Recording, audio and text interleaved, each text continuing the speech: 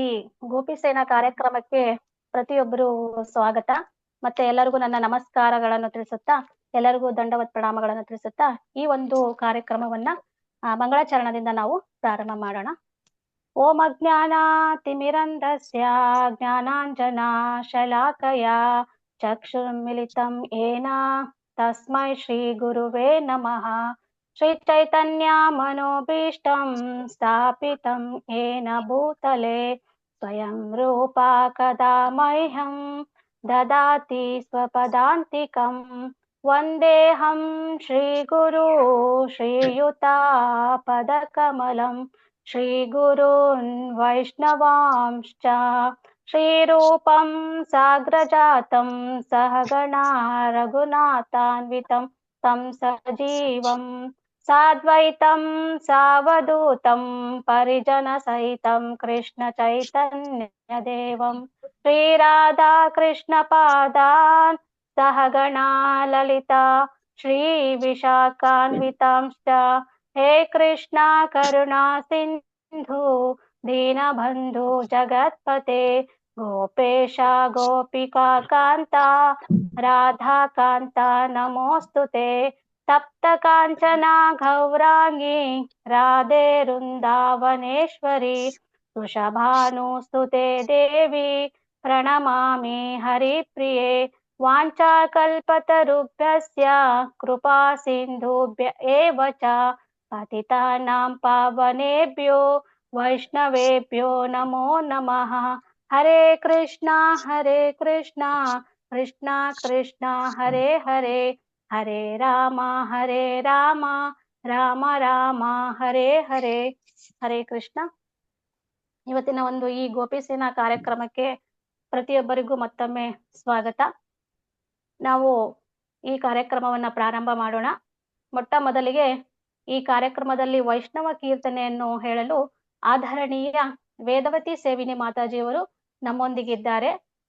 ಗೋಪಿಸೇನಾ ವತಿಯಿಂದ ನಾನು ನಿಮಗೆ ಸ್ವಾಗತವನ್ನ ಬಯಸುತ್ತೇನೆ ಮಾತಾಜಿ. ಮಾತಾಜಿಯವರ ಬಗ್ಗೆ ಒಂದು ಕಿರುಪರಿಚಯವನ್ನ ನಾವು ನೋಡೋಣ. ಮಾತಾಜಿಯವರು ಪರಮ ಪೂಜ್ಯ ಜಯಪತಾಕ ಸ್ವಾಮಿ ಗುರುಮಹಾರಾಜರ ಹತ್ತಿರ ಹರಿನಾಮ ದೀಕ್ಷೆಯನ್ನ ಪಡೆದುಕೊಂಡಿದ್ದಾರೆ. ಇವರು ಸಹಿತ ಬಹಳ ನಮ್ರ ಭಕ್ತರಾಗಿದ್ದು ಕೀರ್ತನೆಗಳನ್ನ ಬಹಳ ಸುಂದರವಾಗಿ ಹಾಡುತ್ತಾರೆ. ಆಮೇಲೆ ಭಗವಂತನಿಗೆ ವಸ್ತ್ರಗಳನ್ನ ಸಹಿತ ಹೊಲಿತಾರೆ. ಹೊಸ ಹೊಸ ಅಡಿಗೆಗಳನ್ನ ಕಲಿಯುವುದರಲ್ಲಿ ಮಾತಾಜಿಯವರು ತುಂಬಾ ಉತ್ಸಾಹ ಭರಿತರಾಗಿದ್ದಾರೆ. ಜೊತೆಗೆ ಇವರು ಎಲ್ಲಾ ಆನ್ಲೈನ್ ಕ್ಲಾಸ್ಗಳಲ್ಲಿ ಸಹಿತ ಭಾಗವಹಿಸುತ್ತಾರೆ. ಹರೇ ಕೃಷ್ಣ ಮಾತಾಜಿ. ವೇದವತಿ ಸೇವನಿ ಮಾತಾಜಿ, ನಿಮಗೆ ಒಂದ್ಸರಿ ಹರೇ ಕೃಷ್ಣ ಮಹಾಮಂತ್ರ ಹೇಳೋದರ ಮುಖಾಂತರ ನಾನು ಸ್ವಾಗತವನ್ನ ಬಯಸ್ತೇನೆ. ಹರೇ ಕೃಷ್ಣ ಕೃಷ್ಣ ಕೃಷ್ಣ ಹರೇ ಹರೇ ಹರೇ ರಾಮ ರಾಮ ರಾಮ ಹರೇ ಹರೇ. ಹರೇ ಕೃಷ್ಣ ಮಾತಾಜಿ. ಓವರ್ ಟು ಯು ಮಾತಾಜಿ. ಹರೇ ಕೃಷ್ಣ ಮಾತಾಜಿ. ಶುರು ಮಾಡ್ಲಾ ಮಾತಾಜಿ? ಎಸ್ ಮಾತಾಜಿ, ಪ್ರಾರಂಭ ಮಾಡಿ ಮಾತಾಜಿ. ಹಾ, ವೇದಾವತಿ ಮಾತಾಜಿ ಕ್ಯಾಮೆರಾ ಆನ್ ಮಾಡಿ. ಹಾ ಸರಿ ಮಾತಾಜಿ. ಹೋಗಿಯೇ ಕ್ಯಾಮರಾ ಹೋಗಿ. ಅದೇ ಸ್ಟಾರ್ಟ್ ವಿಡಿಯೋ ಅಂತ ಇದೆ ನೋಡಿ, ಪ್ರೆಸ್ ಮಾಡಿ ಮಾತಾಜಿ. ಯಾವ್ದು ಮಾತಾಜಿ? ಚಾಟ್ ಅಂತವ? ಸ್ಟಾರ್ಟ್ ವಿಡಿಯೋ ಅಂತ ಇರುತ್ತಲ್ಲ, ವಿಡಿಯೋ ಒಂದು ಸ್ಕ್ವೇರ್ ಬಾಕ್ಸ್ ಇದೆ ನೋಡಿ. ಹಾ ಹಾ ಗೊತ್ತಾಯ್ತು ಮಾತಾಜಿ, ಗೊತ್ತಾಯ್ತು. ಹಾ ಹಾ ಕಾಣಿಸುತ್ತೆ. ಹಾ. ಅಚ್ಯುತಾನಂತ ಗೋವಿಂದ ಮಾತಾಜಿ, ನಿಮ್ ಮುಖಕ್ ಫೋಕಸ್ ಮಾಡ್ಕೊಳ್ಳಿ ಮಾತಾಜಿ. ಮೇಲ್ಗಡೆ ಇದಕ್ ಫೋಕಸ್. ಬುಕ್ ಇಡ್ಬೇಕಾ ಏನಾದ್ರು? ಒಂದೇನಾದ್ರು ಸಪೋರ್ಟ್ ಗಿಡಿ ಮಾತಾಜಿ. ಹಾ ಸರಿ ಮಾತಾಜಿ. ಇಲ್ಲ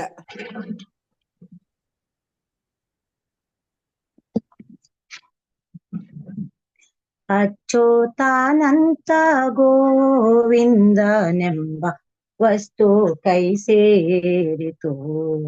ಅಚ್ಯುತಾನಂತ ಗೋವಿಂದನೆಂಬ ವಸ್ತು ಕೈಯ ಸೇರಿತು. ಎಷ್ಟೋ ಪುಣ್ಯವ ಮಾಡಿದೆನೋ ಪರವಸ್ತು ಎನ್ನ ಕೈಯ ಸೇರಿತು.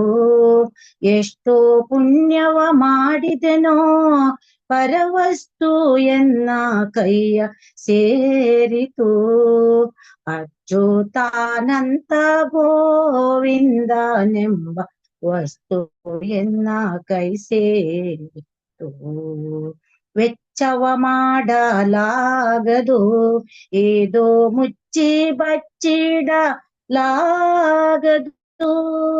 ವೆಚ್ಚವ ಮಾಡಲಾಗದು, ಏದೋ ಮುಚ್ಚಿ ಬಚ್ಚಿಡಲಾಗದು.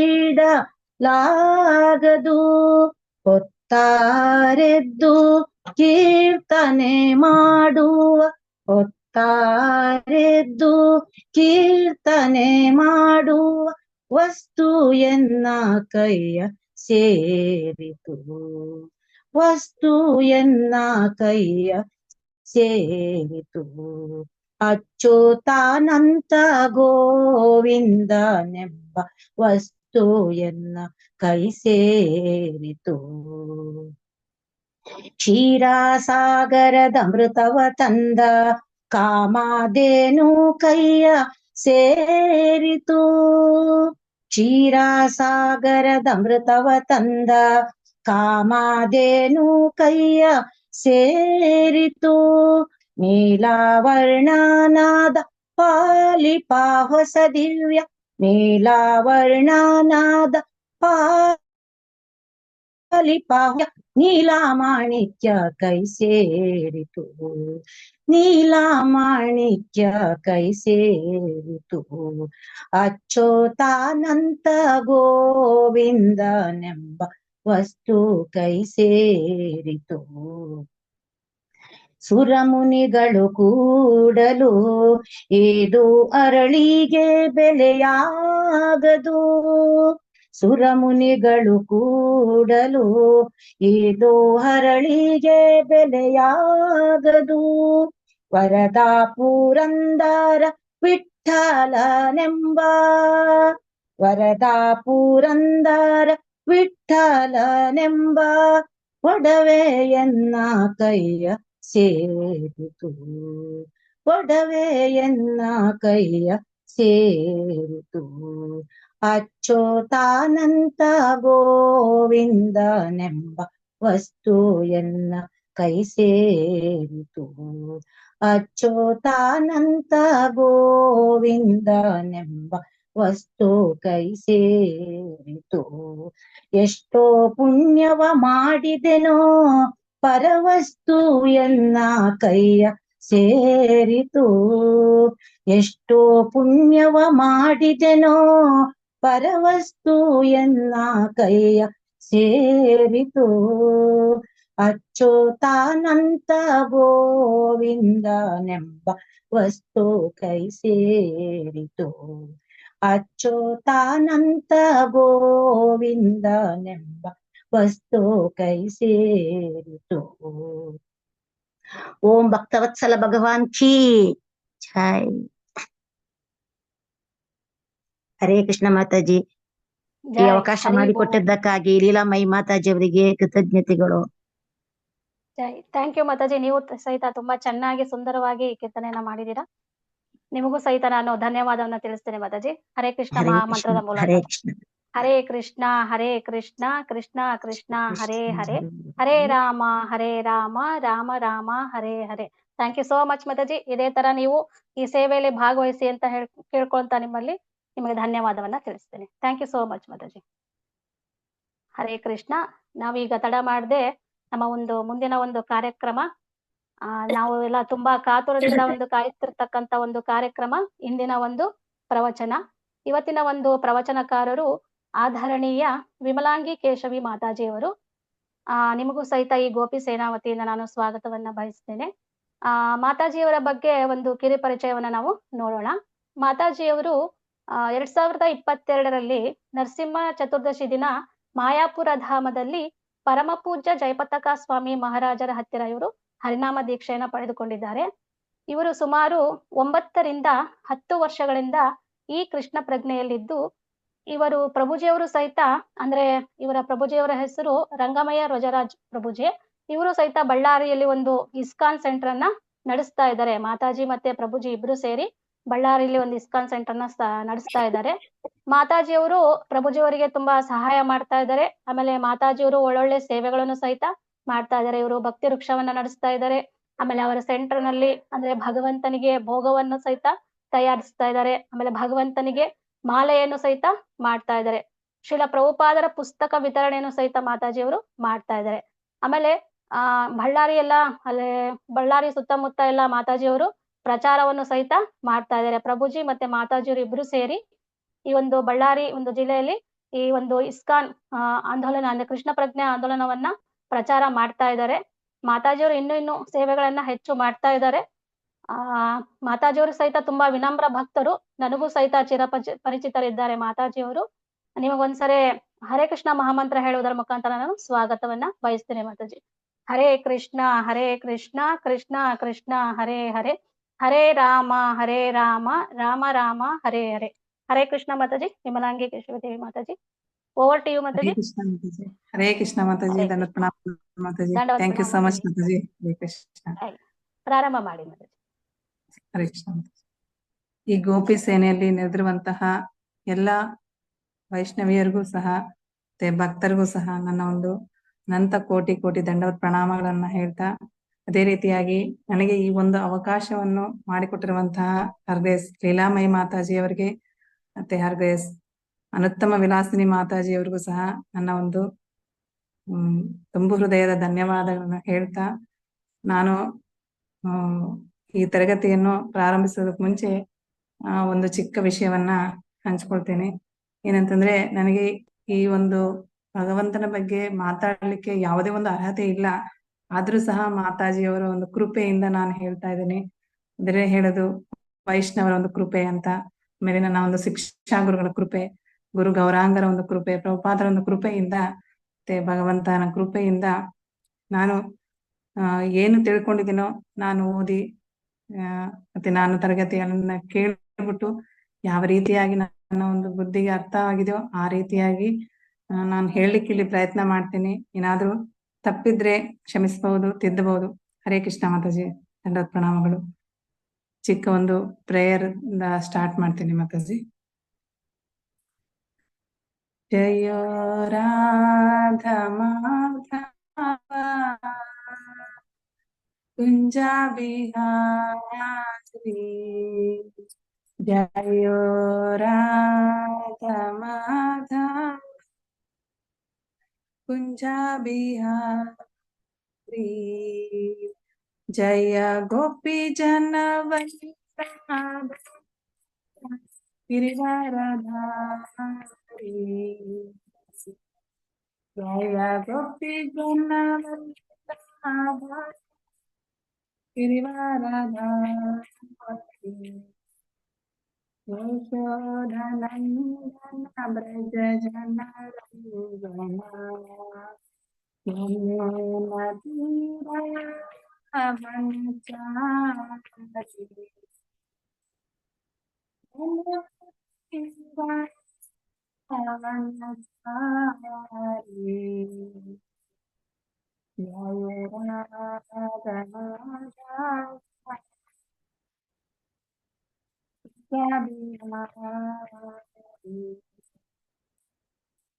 Hare Krishna, Krishna Krishna Krishna, Hare Hare, Hare Ram, Hare Ram, Rama Rama, Hare Hare, Jaya Radha Radha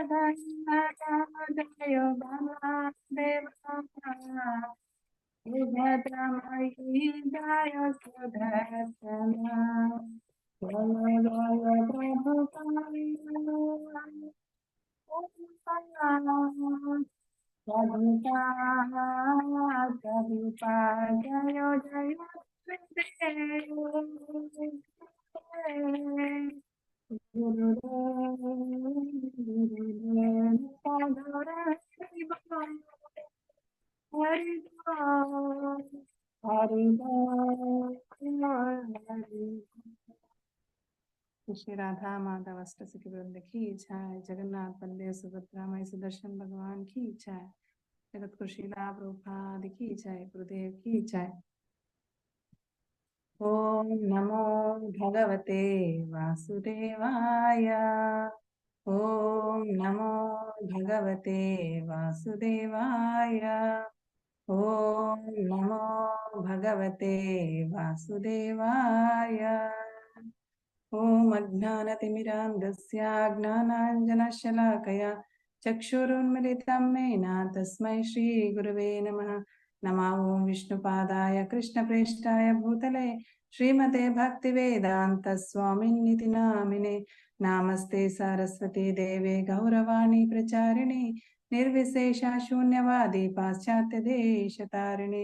हे कृष्णा करुणा सिन्धो दीनबन्धो जगत्पते गोपेशा गोपिका कान्ता राधा कान्ता नमोस्तुते। तप्त काञ्चन गौरांगी राधे वृन्दावनेश्वरी वृषभानुसुते देवी प्रणमामि हरिप्रिये। वाञ्छाकल्पतरुभ्यश्च कृपा सिन्धुभ्यैव च पतितानां पावनेभ्यो वैष्णवेभ्यो नमो नमः। जय श्री कृष्ण चैतन्य प्रभु नित्यानंद श्री अद्वैता गदाधरा श्रीवासादि गौर भक्तवृंद। हरे कृष्णा कृष्ण कृष्ण हरे हरे, हरे राम राम राम हरे हरे। नमो विष्णुपादाय कृष्ण प्रेष्ठाय भूतले श्रीमते जयपताक स्वामी निति नामिने। नमः आचार्य पादाय निताय कृपप्रदायिने गौरकथा धामदाय नगर ग्राम ಕಾರಣೆ। ಹರೇ ಕೃಷ್ಣ ಮಾತಾಜಿ, ಎಲ್ಲರಿಗೂ ಸಹ ದಂಡವತ್ ಪ್ರಣಾಮಗಳು.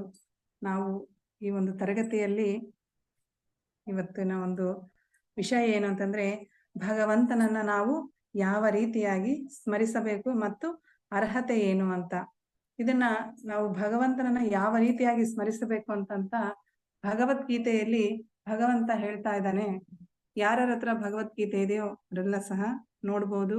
18ನೇ ಅಧ್ಯಾಯ 65ನೇ ಶ್ಲೋಕದಲ್ಲಿ ಹೇಳ್ತಾ ಇದ್ದಾನೆ ಭಗವಂತ, ನಾವು ಯಾವ ರೀತಿಯಾಗಿ ಭಗವಂತನನ್ನ ಸ್ಮರಿಸಬೇಕು, ಭಕ್ತಿಯನ್ನ ಮಾಡಬೇಕು ಅನ್ನೋದನ್ನ ಇಲ್ಲಿ ಹೇಳ್ತಾ ಇದ್ದಾರೆ. ಏನಂತಂದ್ರೆ 18ನೇ ಅಧ್ಯಾಯ 65ನೇ ಶ್ಲೋಕದಲ್ಲಿ, ಮನ್ಮನಾಭವ ಮದ್ಭಕ್ತೋ ಮಧ್ಯಾಜಿ ಮಾಂ ನಮಸ್ಕುರು ಮಾಮೇ ವೈಶ್ಯಸಿ ಸತ್ಯಂ ತೇ ಪ್ರತಿಜಾನೆ ಪ್ರಿಯೋಸಿ ಮೇ ಅಂತಂದ್ರೆ ಇಲ್ಲಿ ಅನುವಾದ ಮತ್ತು ಭಾವಾರ್ಥ ನೋಡೋಣ. ಅನುವಾದ ಮತ್ತು ಭಾವಾರ್ಥ ಜಗದ್ಗುರು ಶ್ರೀಲ ಪ್ರಭುಪಾದರಿಂದ. ಶ್ರೀಲ ಪ್ರಭುಪಾದ ಕಿ ಜೈ. ಯಾವಾಗಲೂ ನನ್ನನ್ನು ಕುರಿತು ಚಿಂತಿಸು, ನನ್ನ ಭಕ್ತನಾಗು, ನನ್ನನ್ನು ಪೂಜಿಸು ಮತ್ತು ನನಗೆ ನಮಸ್ಕರಿಸು. ಆಗ ನೀನು ನಿಶ್ಚಯವಾಗಿಯೂ ನನ್ನ ಬಳಿಗೆ ಬರುತ್ತೀಯೇ. ನೀನು ನನ್ನ ಬಹುಪ್ರಿಯ ಸ್ನೇಹಿತನಾದದ್ದರಿಂದ ನಿನಗೆ ಈ ಭರವಸೆಯನ್ನು ಕೊಡುತ್ತೇನೆ ಅಂತೇಳಿ ಭಗವಂತ ಹೇಳ್ತಾ ಇದ್ದಾನೆ. ಯಾವಾಗ್ಲೂ ಸಹ ನನ್ನನ್ನ ಕುರಿತು ಚಿಂತಿಸು, ನನ್ನ ಭಕ್ತನಾಗು, ನನ್ನನ್ನ ಪೂಜಿಸು, ಮತ್ತೆ ನನಗೆ ನಮಸ್ಕಾರ ಮಾಡುವಂತ ಭಗವಂತ ಇಲ್ಲಿ ಹೇಳ್ತಾ ಇದ್ದಾರೆ. ಭಾವಾರ್ಥದಲ್ಲಿ ಶ್ರೀಲ ಪ್ರಭುಪಾದರು ಹೇಳ್ತಾ ಇದ್ದಾರೆ, ಈ ಒಂದು ಶ್ಲೋಕ ಏನಿದೆ ಅಲ್ಲ, ಇದು ಜ್ಞಾನದ ಒಂದು ಅತ್ಯಂತ ರಹಸ್ಯವಾದಂತಹ ಒಂದು ಭಾಗವಾಗಿದೆ ಅಂತ ಹೇಳ್ತಾ ಇದ್ದಾರೆ ಶ್ರೀಲ ಪ್ರಭುಪಾದರು. ಆಮೇಲೆ ಮನುಷ್ಯನು ಕೃಷ್ಣನ ಪರಿಶುದ್ಧ ಭಕ್ತನಾಗಬೇಕು. ಮನುಷ್ಯನು ಬಂದ್ಬಿಟ್ಟು ಮೇನ್ ಆಗಿರುವಂತದ್ದು ಕೃಷ್ಣನ ಒಂದು ಪರಿಶುದ್ಧ ಭಕ್ತನಾಗಬೇಕು ಮೊದಲಿಗೆ. ಆಮೇಲೆ ಸದಾ ಅವನನ್ನೇ ಕುರಿತು ಚಿಂತಿಸಬೇಕು, ಮತ್ತೆ ಅವನಿಗಾಗಿ ಕೆಲಸ ಮಾಡಬೇಕು. ಯಾವ ರೀತಿಯಾಗಿ ಅಂತಂದ್ರೆ, ಔಪಚಾರಿಕವಾಗಿ ಧ್ಯಾನ ಆಗಿರಬಾರದು. ಸದಾ ಕೃಷ್ಣನನ್ನು ಕುರಿತು ಚಿಂತಿಸಲು ಅವಕಾಶವಿರುವಂತೆ ಬದುಕನ್ನ ರೂಪಿಸ್ಕೊಳ್ಬೇಕು ಅಂತ ಇಲ್ಲಿ ಪ್ರಭುಪಾದರು ಹೇಳ್ತಾ ಇದ್ದಾರೆ. ಯಾವಾಗ್ಲೂ ಸಹ ಭಗವಂತನ ಬಗ್ಗೆನೆ ಚಿಂತೆ ಮಾಡ್ಬೇಕು. ಆ ರೀತಿಯಾಗಿ ನಾವು ಒಂದು ಬದುಕನ್ನ ರೂಪಿಸ್ಕೊಳ್ಬೇಕು ಅಂತ ಇಲ್ಲಿ ಹೇಳ್ತಾ ಇದ್ದಾರೆ. ಆಮೇಲೆ ತನ್ನ ನಿತ್ಯದ ಎಲ್ಲಾ ಚಟುವಟಿಕೆಗಳು ಕೃಷ್ಣನಿಗೆ ಸಂಬಂಧಪಟ್ಟಿರುವಂತೆ ಇರಬೇಕು. ಮನುಷ್ಯನು ಸದಾ ಯಾವ ರೀತಿಯಾಗಿ ಕೃಷ್ಣನಿಗೆ ಸಂಬಂಧಪಟ್ಟಿರುವಂತ ಕೆಲಸಗಳನ್ನೇ ಮಾಡಬೇಕು ಅಂತ ಇಲ್ಲಿ ಹೇಳ್ತಾ ಇದ್ದಾರೆ. ಆಮೇಲೆ 24 ಗಂಟೆಗಳ ಕಾಲವೂ ಕೃಷ್ಣನನ್ನ ಕುರಿತು ಚಿಂತಿಸದೆ ಇರುವುದು ಸಾಧ್ಯವೇ ಇಲ್ಲ ಎನ್ನುವ ರೀತಿಯಲ್ಲಿ ತನ್ನ ಬದುಕನ್ನು ವ್ಯವಸ್ಥೆಗೊಳಿಸಿಕೊಳ್ಳಬೇಕು. ಇಂತಹ ಪರಿಶುದ್ಧ ಕೃಷ್ಣ ಪ್ರಜ್ಞೆಯಲ್ಲಿ ಇರುವ ಮನುಷ್ಯನು ನಿಶ್ಚಯವಾಗಿಯೂ ಕೃಷ್ಣನ ನಿವಾಸಕ್ಕೆ ಹಿಂತಿರುಗುತ್ತಾನೆ ಅಂತೇಳಿ ಪ್ರಭುಪಾದರು ಹೇಳ್ತಾ ಇದ್ದಾರೆ. ಭಗವಂತನು ಸಹ ಅದನ್ನೇ ಹೇಳ್ತಾ ಇದ್ದಾರೆ. ಯಾವಾಗ್ಲೂ ಭಗವಂತನ ಒಂದು ಚಿಂತನೆ ಮಾಡ್ತಾ ಇದ್ರೆ ಖಂಡಿತವಾಗಿಯೂ ಸಹ ಕೃಷ್ಣನ ಒಂದು ನಿವಾಸಕ್ಕೆ ಹೋಗ್ತೇವೆ ಅಂತ ಇಲ್ಲಿ ಪ್ರಭುಪಾದರು ಹೇಳ್ತಾ ಇದ್ದಾರೆ. ಅಲ್ಲಿ ಕೃಷ್ಣನನ್ನು ಎದುರಿಗೆ ನೋಡುತ್ತಾ ಅವನ ಸಹವಾಸದಲ್ಲಿ ಇರ್ತಾನೆ. ಯಾರು ಈ ರೀತಿಯಾಗಿ ಭಗವದ್ಧಾಮಕ್ಕೆ ಹೋಗ್ತಾರೋ ಅವರು ಯಾವಾಗ್ಲೂ ಸಹ ಭಗವಂತನೊಂದಿಗೆ ಇರ್ತಾರೆ, ಅವನ ಒಂದು ಸಹವಾಸದಲ್ಲಿ ಇರ್ತಾರೆ. ಆಮೇಲೆ ಇದನ್ನ ಭಗವಂತ ಭರವಸೆಯನ್ನ ಕೊಡ್ತಾ ಇದ್ದೇನೆ, ಆ ರೀತಿ ಮಾಡ್ತೇನೆ, ಆಗುತ್ತೆ ಅಂತ ಅಂದ್ಬಿಟ್ಟು. ಅರ್ಜುನನು ಕೃಷ್ಣನಿಗೆ ಪ್ರಿಯ ಸಖನಾದದ್ದರಿಂದ ಅವನಿಗೆ ಜ್ಞಾನದ ಈ ಅತ್ಯಂತ ರಹಸ್ಯ ಭಾಗವನ್ನ ಹೇಳಿದೆ. ಇದನ್ನ ಯಾಕೆ ಹೇಳಿದ್ದಾರೆ ಅಂತಂದ್ರೆ ಅರ್ಜುನನಿಗೆ ಹೇಳಿದ್ದಾರೆ ಕೃಷ್ಣ. ಯಾಕೆ ಅಂತಂದ್ರೆ ಯಾಕಂದ್ರೆ ಭಗವಂತನಿಗೆ ಅರ್ಜುನ ಪ್ರಿಯವಾದಂತಹ ಸಖ ಸ್ನೇಹಿತನಾಗಿರ್ತಾನೆ. ಸೊ ಹಾಗಾಗಿ ಈ ರಹಸ್ಯವಾದಂತಹ ಒಂದು ಭಾಗವನ್ನ ಹೇಳಿದ್ದಾರೆ. ಏನು ಆ ರಹಸ್ಯ ಅಂತಂದ್ರೆ ಭಗವಂತನ ಕುರಿತು ಯಾವಾಗ್ಲೂ ಚಿಂತಿಸಬೇಕು, ಭಕ್ತನಾಗ್ಬೇಕು, ಭಗವಂತನನ್ನ ಪೂಜಿಸಬೇಕು ಅನ್ನೋದೇ ಈ ಒಂದು ರಹಸ್ಯವಾಗಿದೆ. ಅರ್ಜುನನ ಮಾರ್ಗವನ್ನು ಅನುಸರಿಸುವ ಯಾರೇ ಆಗಲಿ ಕೃಷ್ಣನ ಪ್ರಿಯ ಸಖನಾಗಬಹುದು. ನೋಡ್ರಿ, ಅಲ್ಲಿ ಅರ್ಜುನ ಏನ್ ಮಾಡಿದ್ದ? ಏನಿಲ್ಲ, ಭಗವಂತ ಏನ್ ಹೇಳಿದ್ನೋ ಅದನ್ನ ಕೇಳಿದ್ದ ಅಷ್ಟೇ. ನಾವು ಸಹ ಅರ್ಜುನನ ರೀತಿ ಅನುಸರಿಸ್ಕೊಂತ ಹೋದ್ರೆ ನಾವು ಸಹ ಭಗವಂತನ ಒಂದು ಸಖರಾಗಬಹುದು ಅಂತ ಇಲ್ಲಿ ಪ್ರಭುಪಾದರು ಹೇಳ್ತಾ ಇದ್ದಾರೆ. ಮತ್ತು ಅರ್ಜುನನ ಪರಿಪೂರ್ಣತೆಯನ್ನು ಸಾಧಿಸಬಹುದು. ಅದೇ ರೀತಿಯಾಗಿ ಯಾವ ರೀತಿಯಾಗಿ ಅರ್ಜುನನ ಏನ್ ಮಾಡಿದ ಅಲ್ಲಿ ಅದೇ ರೀತಿಯಾಗಿ ನಾವು ಮಾಡಿದ್ರೆ ಪರಿಪೂರ್ಣತೆಯನ್ನು ಸಾಧಿಸಬಹುದು ಅಂತ ಇಲ್ಲಿ ಹೇಳ್ತಾ ಇದ್ದಾರೆ. ಇಲ್ಲಿ ನೋಡಿ, ಈ ಶ್ಲೋಕ ಎಷ್ಟು ಮುಖ್ಯವಾಗಿದೆ ಅಂತಂದ್ರೆ ಭಗವಂತ ಇಲ್ಲಿ ನಮ್ಗೆ 2 ಸಲ ಈ ಶ್ಲೋಕವನ್ನು ಹೇಳ್ತಾ ಇದ್ದಾರೆ ಭಗವದ್ಗೀತೆಯಲ್ಲಿ. 9ನೇ ಅಧ್ಯಾಯ 34ನೇ ಶ್ಲೋಕದಲ್ಲಿ ಸಹ ಈ ಶ್ಲೋಕವನ್ನು ಹೇಳಿದ್ದಾರೆ. ಏನಂತಂದ್ರೆ ಮನ್ಮನಾಭವ ಮದ್ಭಕ್ತೋ ಮಧ್ಯಾಜಿ ಮಾಂ ನಮಸ್ಕರು ಮಾಮೇ ವೈಶ್ಯಸಿ ಯುಕ್ತೈವ ಆತ್ಮಾನ ಮತ್ ಪರಾಯಣ ಅಂತಂದ್ರೆ ಇಲ್ಲಿ 2 ಸತಿ ಈ ಭಗವಂತ ಶ್ಲೋಕವನ್ನ ಹೇಳಿದ್ದಾರೆ. ಇಲ್ಲಿ 9ನೇ ಅಧ್ಯಾಯ 34ನೇ ಶ್ಲೋಕದಲ್ಲಿ ಮನ್ಮನಾಭವ ಮದ್ಭಕ್ತೋ ಅದನ್ನು ಹೇಳ್ತಾ ಇದ್ದಾರೆ. ಇಲ್ಲಿ 18ನೇ ಅಧ್ಯಾಯ 65ನೇ ಶ್ಲೋಕದಲ್ಲೂ ಸಹ ಇದನ್ನೇ ಹೇಳ್ತಾ ಇದ್ದಾರೆ. ಅದಕ್ಕೂ ಇದಕ್ಕೂ ಏನ್ ಡಿಫ್ರೆನ್ಸ್ ಅಂತ ತಿಳ್ಕೊಳ್ಳೋಣ. ಇಲ್ಲಿ 9ನೇ ಅಧ್ಯಾಯ 34ನೇ ಶ್ಲೋಕದಲ್ಲಿ 4 ವಿಷಯಗಳನ್ನ ಭಗವಂತ ಹೇಳ್ತಾ ಇದ್ದಾನೆ. ಏನಂತಂದ್ರೆ ಮನ್ಮನ ಅಂತಂದ್ರೆ ಮನ್ಮನಾಭವ ಅಂತಂದ್ರೆ ನಿರಂತರವಾಗಿ ನನ್ನ ಬಗ್ಗೆ ಯೋಚಿಸು. ಮದ್ಭಕ್ತ ಅಂತಂದ್ರೆ ನನ್ನ ಭಕ್ತನಾಗು. ಮಧ್ಯಾಜಿ ಅಂತಂದ್ರೆ ನನ್ನನ್ನೇ ಪೂಜಿಸು. ಮಾಂ ನಮಸ್ಕುರು ನನಗೆ ನಮಸ್ಕಾರ ಮಾಡು. ಇಲ್ಲಿ ಈ 4 ವಿಷಯಗಳನ್ನ 9ನೇ ಅಧ್ಯಾಯ 34ನೇ ಶ್ಲೋಕದಲ್ಲಿ ಹೇಳಿದ್ದಾರೆ. ಅದನ್ನ ಮುಂದುವರೆದು ಇಲ್ಲಿ 18ನೇ ಅಧ್ಯಾಯ 65ನೇ ಶ್ಲೋಕದಲ್ಲಿ ಮತ್ತೆ ಮುಂದುವರೆ ಹೇಳ್ತಾರೆ. ಏನಂತಂದ್ರೆ ಮಾಮೇ ವೈಶ್ಯಸಿ ನನ್ನನ್ನೇ ಹೊಂದುವೆ ಸತ್ಯವಾಗಿ. ಇವನ್ನೆಲ್ಲ ಮಾಡಿದಾಗ ಅಲ್ಲಿ ಹೇಳ್ತಾ ಇದಾರೆ ಖಂಡಿತವಾಗಿಯೂ ಸತ್ಯವಾಗಿ ನನ್ನನ್ನ ಹೊಂದಿತೀಯ. ಪ್ರತಿಜಾನೆ ಅಂತಂದ್ರೆ ಮಾತು ಕೊಡ್ತಾ ಇದ್ದಾನೆ ಭಗವಂತ. ಇಲ್ಲಿ ಏನ್ ಹೇಳಿದ್ರು? ನನ್ನನ್ನ ಪೂಜೆ ಮಾಡು, ನನ್ನ ಭಕ್ತನಾಗು, ನನ್ನ ಬಗ್ಗೆ ಯೋಚನೆ ಮಾಡು ಅಂತ 34ನೇ ಶ್ಲೋಕದಲ್ಲಿ ಹೇಳಿದ್ರು 9ನೇ ಅಧ್ಯಾಯ. ಆದ್ರೆ ಇಲ್ಲಿ ಏನ್ ಮಾಡ್ತಾ ಇದಾರೆ? ಅದ್ರ ಜೊತೆಗೆ ಭಗವಂತ ನಮ್ಗೆಲ್ಲರಿಗೂ ಸಹ ಅರ್ಜುನನ ಮೂಲಕ ಮಾತನ್ನ ಕೊಡ್ತಾ ಇದಾರೆ, ಪ್ರಾಮಿಸ್ ಮಾಡ್ತಾ ಇದ್ದಾರೆ. ಎಷ್ಟು ಇಂಪಾರ್ಟೆಂಟ್ ಇದ್ರೆ ನಾವು ಪ್ರಾಮಿಸ್ ಮಾಡ್ತೀವಿ. ಯಾರಿಗಾದ್ರೂ ನಾವು ಸಹ ಇಂಪಾರ್ಟೆಂಟ್ ಇದ್ರೆ ತಾನೇ ಪ್ರಾಮಿಸ್ ಮಾಡುವುದು. ಅದೇ ರೀತಿಯಾಗಿ ಇಲ್ಲಿ ಭಗವಂತನು ಸಹ ಅರ್ಜುನನಿಗೆ ಪ್ರಾಮಿಸ್ ಮಾಡ್ತಾ ಇದ್ದಾನೆ. ಯಾವಾಗ್ಲೂ ನನ್ನನ್ನ ಕುರಿತು ಚಿಂತಿಸಿದ್ರೆ ಖಂಡಿತವಾಗಿಯೂ ಸಹ ನೀನು ನನ್ನ ಧಾಮಕ್ಕೆ ಬರ್ತೀಯಾ ಅಂತ ಇಲ್ಲಿ ಭಗವಂತ ಪ್ರಾಮಿಸ್ ಮಾಡ್ತಾ ಇದ್ದಾರೆ. ಅದನ್ನ ನಾವು ನಂಬಬೇಕಷ್ಟೇ. ನಾವ್ ಏನೇನೋ ಬೇರೆ ಬೇರೆ ಅಡ್ವರ್ಟೈಸ್ ಗಳಲ್ಲೆಲ್ಲ ನಂಬಿಕೆ ಇಡ್ತೀವಿ, ಆದ್ರೆ ಭಗವಂತನ ಒಂದು ಮಾತುಗಳಲ್ಲಿ ನಂಬಿಕೆ ಇಲ್ಲ. ಆದ್ರಿಂದ ಇಲ್ಲಿ ಇನ್ನೊಂದು ಒತ್ತಿ ಹೇಳ್ತಾ ಇದ್ದಾರೆ ಭಗವಂತ. 2 ಸತಿ ಹೇಳಿದ್ದಾರೆ ಈ ಶ್ಲೋಕವನ್ನ. ಆದ್ರಿಂದ ಈ ಶ್ಲೋಕಗಳು ಬಹಳಷ್ಟು ಮುಖ್ಯವಾಗಿದೆ ಅಂತ ಹೇಳ್ಬೋದು. ಇಲ್ಲಿ ಪ್ರಭುಪಾದರು ಹೇಳಿದ್ದಾರೆ ಏನು ಈ ಒಂದು ಜ್ಞಾನ ಅತ್ಯಂತ ರಹಸ್ಯವಾದಂತ ಒಂದು ಭಾಗ ಆಗಿದೆ ಅಂತ ಹೇಳ್ಬಿಟ್ಟಿದ್ದಾರೆ ಪ್ರಭುಪಾದರು ಈ ಒಂದು ಶ್ಲೋಕ.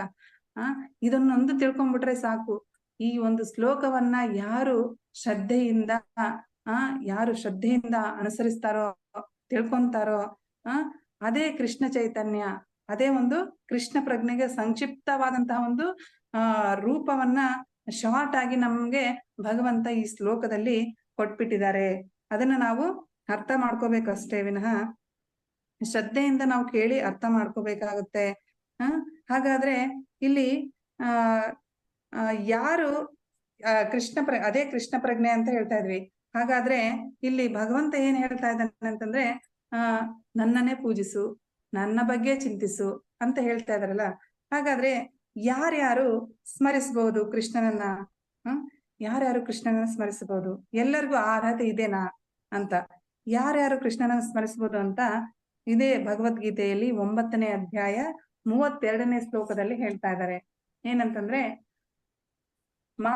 ಹಿ ಪಾತ ವ್ಯಪಾಶ್ರಿತ್ಯ ಯೋಪಿ ಸ್ಯು ಪಾಪಯೋನಯಃ ಶ್ರೀಯೋ ವೈಶ್ಯಸ್ತತ ಶೂದ್ರ ಸ್ಥೇಪಿ ಯಾಂತಿ ಪರಾಂ ಗತಿಂ ಅಂತಂದ್ರೆ, ಪಾರ್ಥ, ನನ್ನಲ್ಲಿ ಆಶ್ರಯ ಪಡೆಯುವವರು ಕೀಳು ಜನ್ಮದವರಾದರೂ ಶ್ರೀಯರು, ವೈಶ್ಯರು ಮತ್ತು ಶೂದ್ರರು ಪರಮಗತಿಯನ್ನು ಪಡೆಯಬಲ್ಲರು ಅಂತ ಇಲ್ಲಿ ಹೇಳ್ತಾ ಇದ್ದಾರೆ.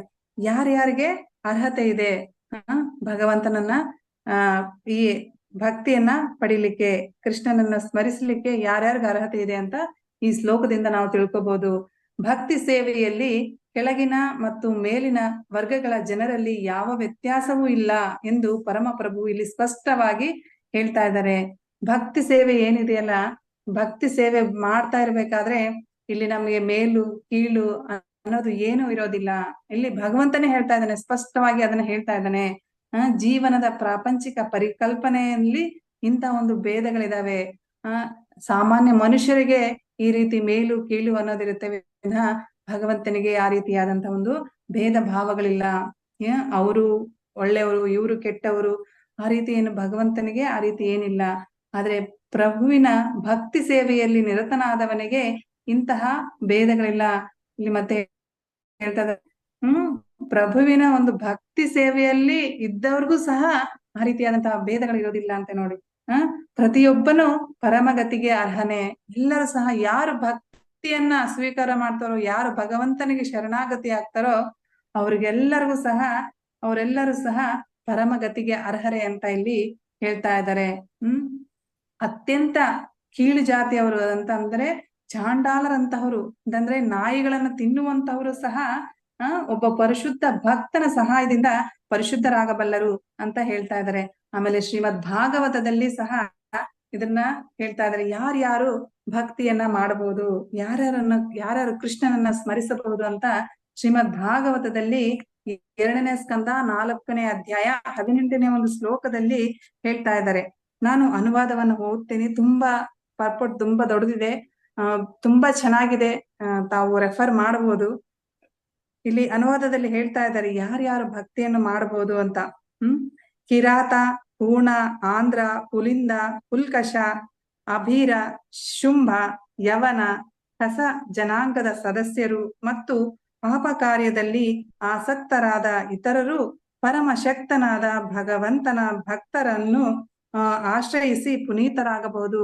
ನೋಡ್ರಿ, ಇವರೆಲ್ಲ ಏನಿದಾರಲ್ಲ, ಇವರೆಲ್ಲರೂ ಸಹ ಒಂದು ಕೆಳ ಜಾತಿಯವರು ಎಲ್ಲ ಇದ್ದಾರೆ. ಇದು ತುಂಬಾ ಡೀಟೇಲ್ ಆಗಿದೆ. ಈ ರೀತಿಯಾಗಿ ಎಲ್ಲರೂ ಸಹ ನಾವು ಅರ್ಹರೇ ಅಂತ ಇಲ್ಲಿ ಪ್ರಭುಪಾದರು ಹೇಳ್ತಾ ಇದಾರೆ, ಭಗವಂತನು ಹೇಳ್ತಾ ಇದ್ದಾರೆ.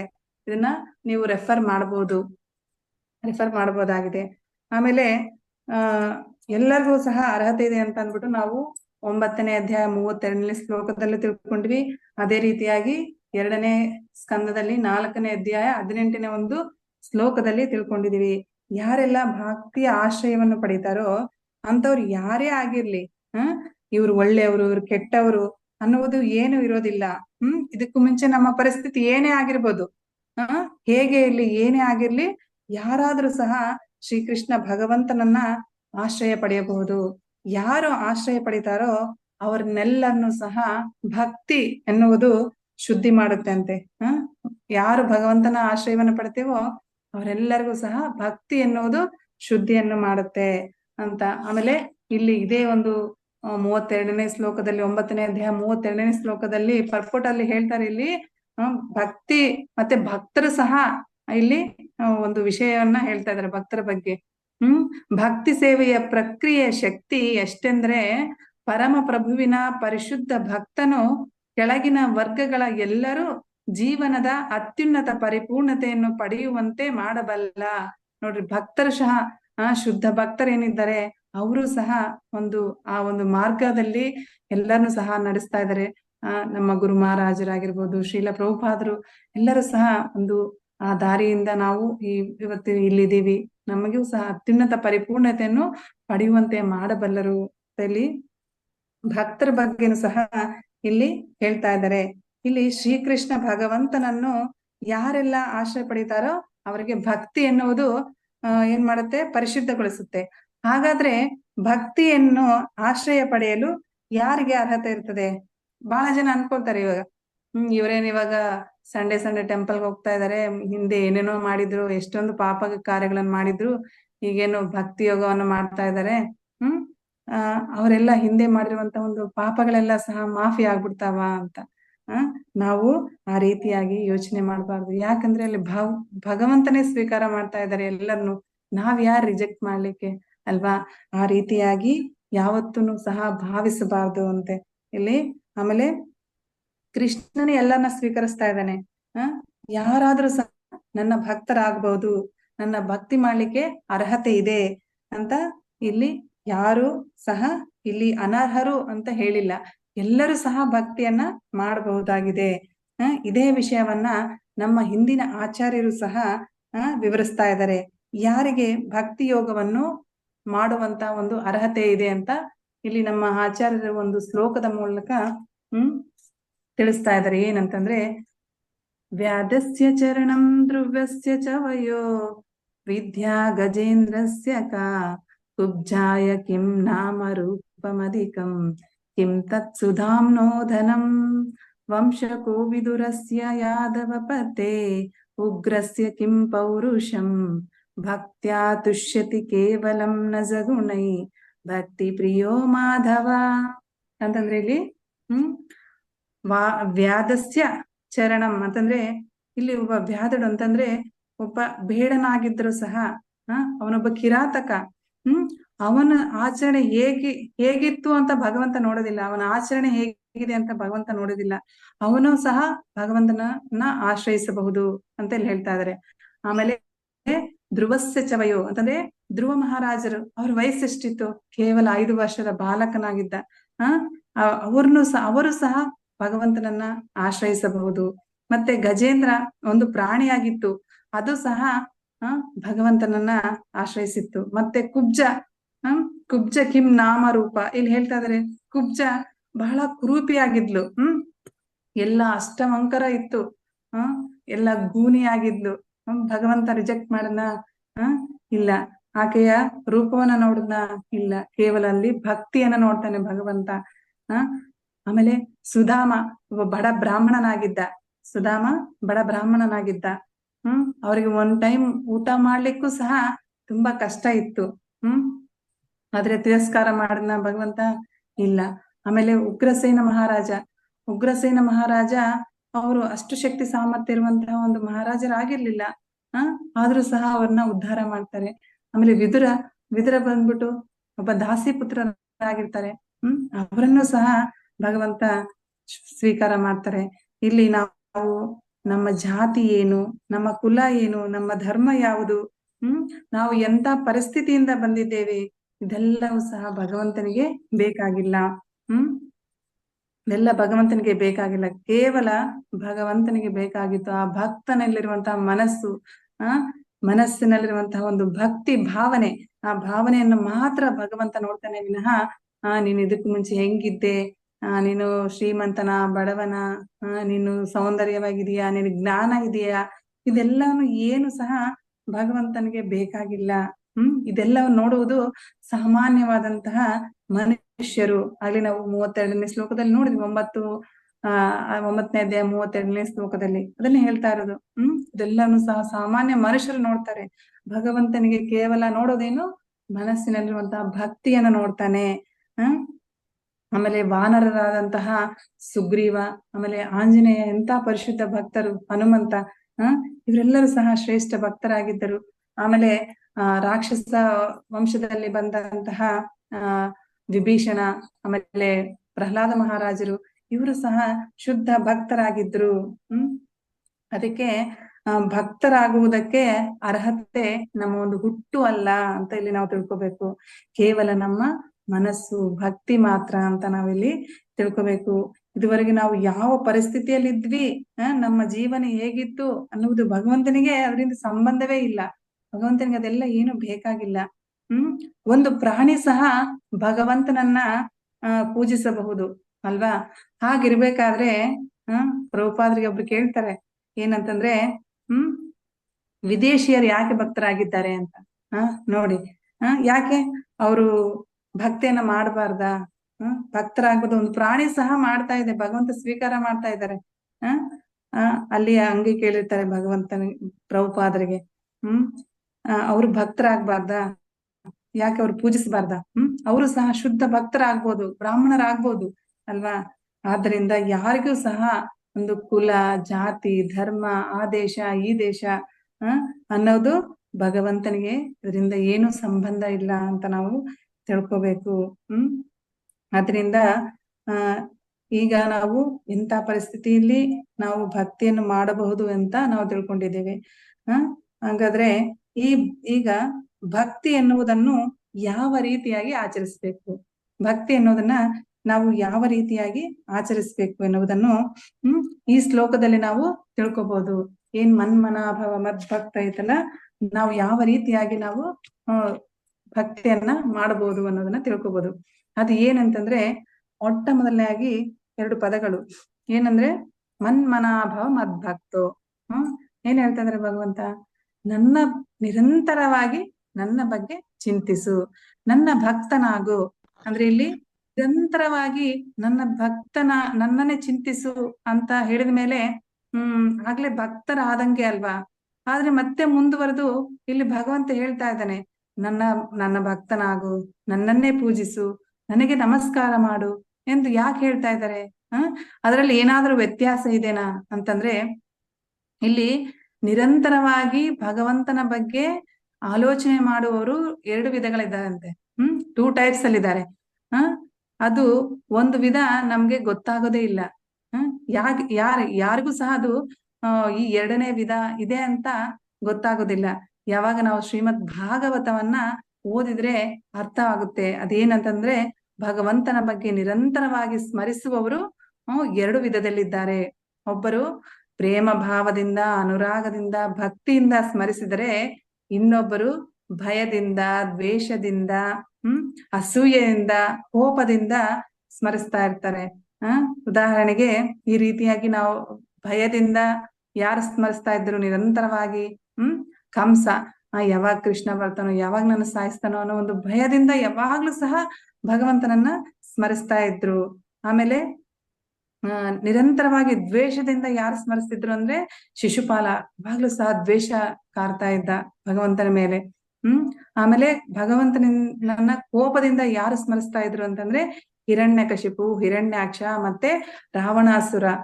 ಈ ವಿಧವಾಗಿ ಇವರು ನಿರಂತರವಾಗಿ ಕೋಪ, ಭಯ, ದ್ವೇಷದಿಂದ ಸ್ಮರಿಸಿದ್ದಾರೆ. ಹಾಗಾದ್ರೆ ಹೀಗನು ಸ್ಮರಿಸ್ಬೋದಾ? ಈಗ ದ್ವೇಷದಿಂದ, ಕೋಪದಿಂದನೂ ಸ್ಮರಿಸ್ಬೋದಾ? ಈ ರೀತಿಯಾಗಿ ದ್ವೇಷದಿಂದ ಸ್ಮರಿಸಿದ್ರೂ ಸಹ ಭಗವಂತ ಮುಕ್ತಿಯನ್ನ ಕೊಟ್ಟಿದ್ದಾನಲ್ಲ ಅಲ್ವಾ? ಭಗವಂತ ಇವ್ರಿಗೆಲ್ಲ ಸಹ ಮುಕ್ತಿಯನ್ನು ಕೊಟ್ಟಿದ್ದಾನೆ.